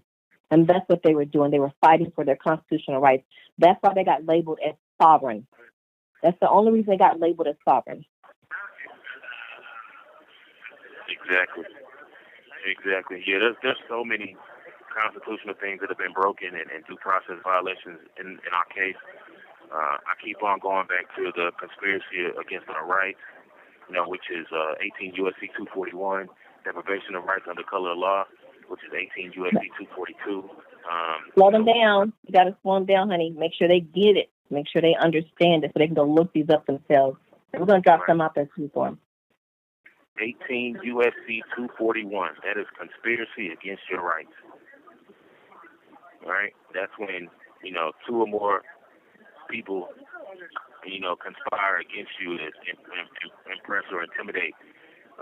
Much like the Kelly Singleton Lewis and the Don Patterson, they're federal officers, they're government witnesses that were participants in this, and they used their influence to basically, intimidate other people and make false claims and false statements to investigators. So I just want to make sure that everyone knows, this is a conspiracy against us, and this is a deprivation of our rights. We've been deprived of our rights under the color law, which is 18 U.S.C. 242. There's also witness tampering, 18 U.S.C. 1512. There's also 18 U.S.C. 1519, which is falsification and concealment of records. With the intent to obstruct the federal case, and that means that you're manipulating That means that you're manipulating the records. You're manipulating the facts. 18 U.S.C. 1001, material false statements. They're knowingly making false claims, false victim statements. And they've been controlling this narrative the whole time. I don't remember the young lady's name, but she asked a question about why didn't we take the 10 years. Yeah. I think that he answered it. Questions like that.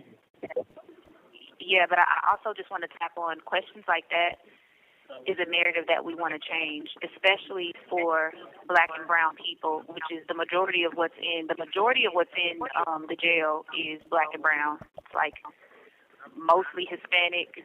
The rest is Black, and there's a little bit of Caucasian and other inside of here. And you have to think about the reason why the federals have a conviction rate of 98%. And that is because everybody pleads out. And the ones that don't plea out and you go to court, they're not going to fight you fair to get the win. The de facto attorney that represented me during the trial had a very, very, very, very nasty attitude when they had her as my standby.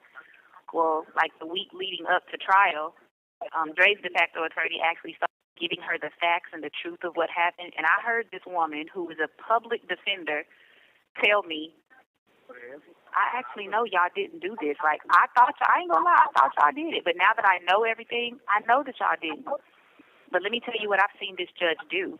Let me tell you how this judge works.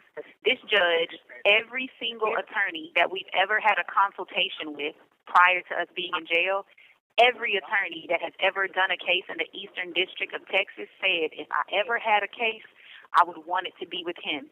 He's the most fair judge out of all the judges. Minutes remaining on this call.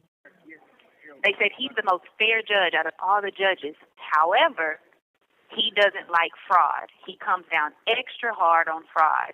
So in y'all's situation, you would have wanted another judge. But even him being the most fair judge, I have other individuals that I've been housed with who had him as a judge, and I'm looking at what he's given them, and I'm like, that's what y'all are considering most fair? And when you take a plea, when you're being threatened with other things, if you feel like, well, what type of choice do I have? I want you guys, if you have the opportunity, to go look up a few different case laws. There's a case law called Brady versus U.S. 397 U.S. 742 1970 that tells you that a plea has to be voluntary. That means you can't be given a plea under threat, coercion, misrepresentation. improper promises, that makes the plea invalid. So when you tell somebody, What is hey, that look, again? Give it to me again. Somebody's talking in the chat. that was Brady versus U.S. 397 U.S. 742-1970. All right. Got it. There's another one that's called Machaborda versus U.S. And that case law tells you that a guilty plea that is induced by threats or promises violates due process, and they are considered invalid, which means the plea that they gave me and my husband, they came to him first and told him, look, your wife applied for a job. She lied on her job application. That's a federal law. We're going to give her I don't know if it was 2 or 3. They were going to give me 2 or 3 additional federal charges for lying on a job application because, you know, I guess me Your call lying will on a job end in application, 1 minute. me lying on a job application to take care of my kids was such a federal crime. And this happened about a month and a half, maybe a month before we were scheduled to go to trial back in 2025. They came to us and said, look, you better sign this plea. We were prepared to go to trial at that time. This was before we knew what our rights were. We were prepared to go to trial. They came and intimidated my husband first and said, we're throwing your wife in jail with additional federal charges that carry a minimum mandatory 2-year sentence. Sign this plea. Then they hit me with the exact same thing 4 days later. So a lot of people don't understand why we let go of those pleas. That's why. We were coerced into signing those pleas because they claimed that I lied on a job application. They don't want you selling dope, and then they don't want to indict you and for you to lie on an application to get a job the legal way either.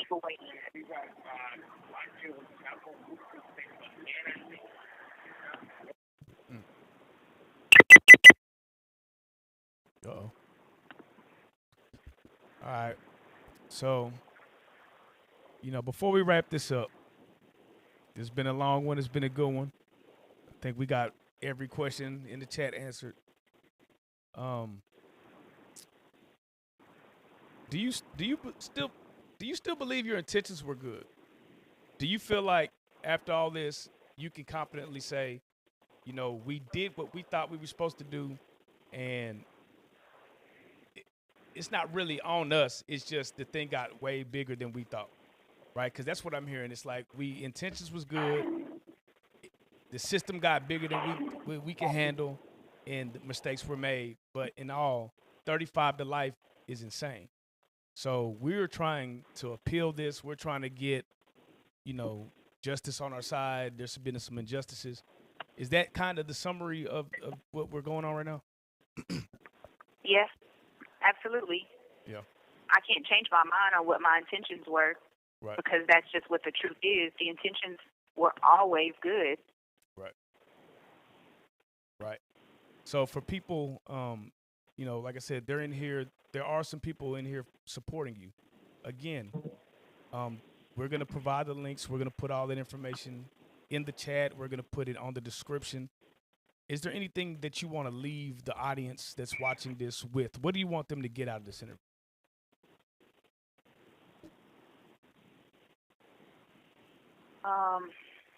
Wow, that's a really good question. Everything that you just said is a big part of it. I want people to just be open to listening to the other side. I don't think that takes away the validity of your emotions. I understand being angry. I'm angry about certain things as well. But I just really, really, really want people to know and to understand that there was never an intention to hurt or to take anything from anybody.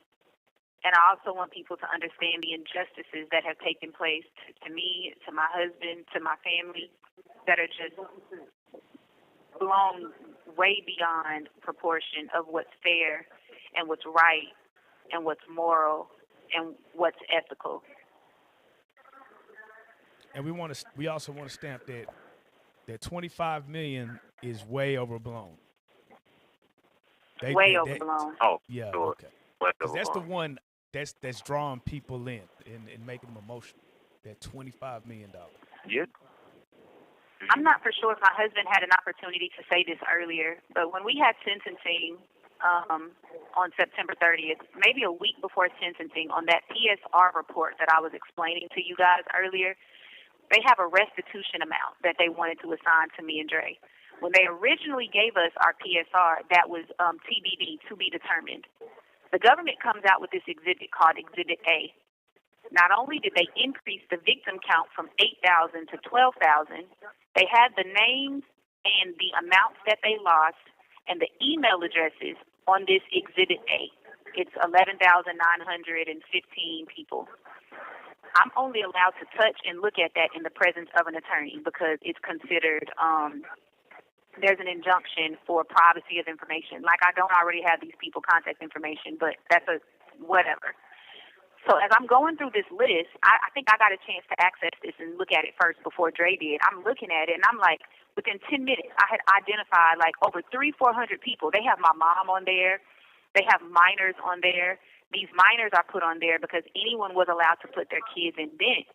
These minors' names are being put on there. Some of these people are 6 and 7 years old, and the government has them listed as victims as though these are people that they, I'm guessing, have talked to and said that they've lost money. You haven't talked to my 7-year-old cousin, and my 7-year-old cousin didn't lose $3,500. But one of the witnesses that they put on the stand in trial, Cherith Menace, she said on the witness stand, and she submitted an affidavit that was put into evidence where she herself said she lost $1,700. She spent $1,400, and the $300 difference is the Connect Me fees. Her name is on that document. And on that document, the government has her down as losing $3,055. Now, she said on the stand, and she gave an affidavit of $1,700, and the government said $3,055. What the government did to update me and Dre's PSR report, they put our new restitution amount as $4.3 million. Now, in the tabloids and in the blogs and in the media, it went from $30,000 to $40,000 to $21,000. Now it's back up to $25,000. But in my PSR report, I'm sorry, $25 million. $33 billion. I'm sorry. $40 million. Now it's $25 million. I want you guys to go back and look at the different reports. You have through the 3 minutes remaining on this call. You will see the number has changed. It's changed and changed and changed. However, on this Exhibit A, they took all 11,915 people, added up those amounts, and that amount came to 4.3. But 4.3 isn't even right because you got tens of hundreds, if not thousands, because I haven't had a chance to go through the full list because I have to sit down with it. The attorney takes it with her every time she leaves. I'm not allowed to sit and process and cross out some of the names. One of my best friends, who I just talked to a couple of days ago, they got him down as losing $11,000. He actually made money, but you had him down as $11,000. And that $4.3 million restitution number that you're putting on my PSR is inclusive of him losing $11,000. You have my mother down as losing money. She didn't lose money. But even in the tabloids, you're not even putting 4.3. 4.3 million isn't even the right number. But that's not even what the tabloids are running with. Clickbait is 20 million, 30 million, 25 million, 40 million. Crazy. Make it make sense. That is. That's why you slow these facts down. You really have to think. If people, after hearing you guys' side, and they're still in their whatever thoughts about you all, you can't help those people. That's the God thing, and you got to just keep telling your story, keep saying true, keep God first in this thing. He's going to exonerate you all. Right. That's what I want to say, because it's not about that, what they're trying to make it about. What I gather from a lot of the comments is that people felt close to y'all, right? Like they almost felt like y'all were family, and it's almost like that's where I see a lot of the tension coming from. Is like there's real pain in the chat. Whether your call will end in. So 1 what do you? minute. I want you to just speak to the people that are your supporters and anybody that believes in you. Just talk to them real fast before y'all get out of here. What do y'all want? What do you want to leave them with? Yeah. First of all, we just thank you. We thank you from the bottom of our hearts. Everybody that supported us, that's continued to show support, that hasn't been afraid to get in them comments and speak highly on our behalf, even when it's hard. We thank everyone out there that has just been, still communicating, still picking up the phone for us when we call. you know, and doing everything that it takes. You know, we have family out there that's helping taking care of our family, helping take care of the kids. We thank you guys. You know, definitely want to say we thank Sandra and all the Concerned Citizen Coalition. Like we're so thankful for everybody that's just going out and just, you know, fighting and swinging when we can. You know, like I said before, I definitely have to say we did not do this. We didn't do this intentionally. We didn't do this to try to get over on anybody. We did this to help. And, you know, it sucks that it's come to this, and it's really... Thank you. Your current balance is, this call may be monitored or recorded. It sucks and it hurts that it's come to this, but, you know, we're still very, very grateful for everyone that's still there. We know that there are a lot of people that benefited from this, and they're just scared to speak up. Don't be scared to speak up. Speak your truth. Let everyone know it worked for you. That's what we need. And Dave, you there? yeah. And what I also want you to do is I want you to talk to the people that some of the people you may have lost along the way, because maybe they didn't make the money and, you know, they feel some type of way. Talk to them specifically right now. Yeah. I'm not sure if my phone's going to hang up, but I definitely want to say anyone that we lost along the way, you know, I know it's hard, and it takes a lot of forgiveness. If you were hurt, if you lost anything, if relationships were lost, you know, can you guys hear me? Yeah, I can hear you. Okay. Yeah, I know relationships may be lost, and, you know, just want to say we apologize from the bottom of our hearts, guys. We really do. This is not something that we wanted to turn out this way. We wanted to be on the other side of this, you know, and, you know, spread the joy to everybody. But, you know, unfortunately for things that were out of our control, that just wasn't able to happen. Believe me, we're definitely paying for it right now, and been paying for it. But, guys, like I said before, we didn't do this. We don't deserve this. I can't think of anything we said, anything we've told you guys that was illegal, criminal, for us to be in this situation right now. So, you know, if there's anything, you know, if anyone has anything to say, please DM me. You know, I'm always, I still read them, you know, and I still reply. So, you know, just reach out. And, you know, we just want to make sure that you guys, we all operate with a spirit of forgiveness. Did you all get a chance to say anything about this part of it where Kelly Singleton actually pretty much hand drafted these messages and had people send these to the Attorney General, and it was copy and paste, even though they didn't send you all their money? She had them say, this is the federal probation officer for the Eastern District of Louisiana. She had them say that they sent their money directly to the Moors, which is what triggered all of this investigation into them. That's what was told. And you guys have screenshots and phone recordings of her, correct? Correct. Okay, Yeah, of this information. Okay, got it. She created. And what's that code and violation, so I can drop that in the chat to let them know that violation that she actually did there. Oh man, that one would be the 18 USC 1512. Yeah. 18 USC 1519. In 18 USC 1001.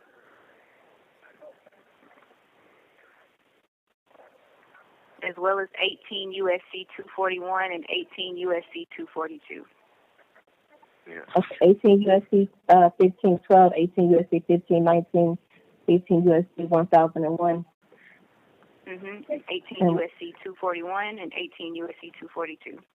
18 USC 241, 18 USC 242.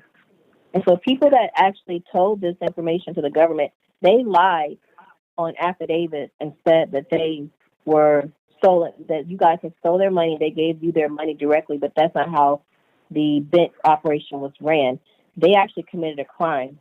So I'm not sure if any of you guys are in this chat. Hopefully not. But if you are, that was criminal. And I'm gonna drop these statutes in there because if any of y'all know Miss Kelly Singleton personally, just let them know that every dog has his day. You're not gonna get away with it. Man, Dre, LaShonda, I appreciate your time. I know this is tough. I know this is risky. Thank you. We appreciate you. Again, we will add all information in the video. We're going to redrop this as a regular video. The live is going crazy. Thank everybody that's in the live that participated. If you want to support, we will add all that information. Again, is there anything you want to leave them with before y'all get out of here? Appreciate you guys giving us the opportunity to speak, to hear us out.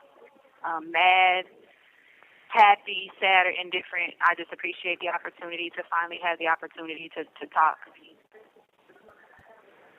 Yeah, most definitely. Like she said, we're super, super happy for it. You have 3 minutes remaining on this call. Super thankful for you, Jeff. Man, we appreciate the Reallyfe family for always supporting us. Man, we've been supposed to be doing this for a little while now. I'm glad we finally did it. God don't make no mistakes, and everything is timing. So, we're just happy to be able to speak our truth. Everyone know it, and y'all, we're gonna be all right. We just we got to continue to fight, and we appreciate everyone that's helping us, and just supporting us along the way. Right. Thank you to the Concerned Citizen Coalition. We gotta say thank you to them, man. They have been a lifeline. Man, yes, and please plug yourself to anything. If anybody needs your help, Citizens Coalition. Yes, our website is www.concerncoalition.org, and we can give you the link tree with all of our socials on there. But if you want to email us, if you have a case, your family member has a case, it's support@concerncoalition.org. We need volunteers and people that can help with the movement and what we're doing. So always know that your help and support is needed, and we're going to continue to fight. All right. Man. Thanks, everybody. All right. Jeff, man, how you feel about everything you just heard, man? What's your take on it? I feel like y'all. 35 life is insane, bro. It's insane. I think what's interesting about cases in general, especially in this era, the blogs versus reality. Right. And so, like you said, you just got to do your due diligence, look at the information, and we live in a society where that don't happen, and it's not going to happen, to be quite honest. Your call will end in 1 minute. Yeah. But I will say, I did a poll, and 75% said y'all don't deserve 35 to life. So, hey.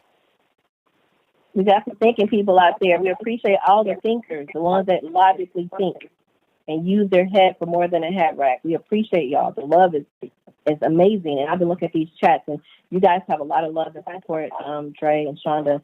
And just keep knowing that you have a family, a tribe, and an army that's being generated behind all these efforts that you're doing now. Yeah, we thank you guys. Truly. Yes, thank y'all for everything. All right.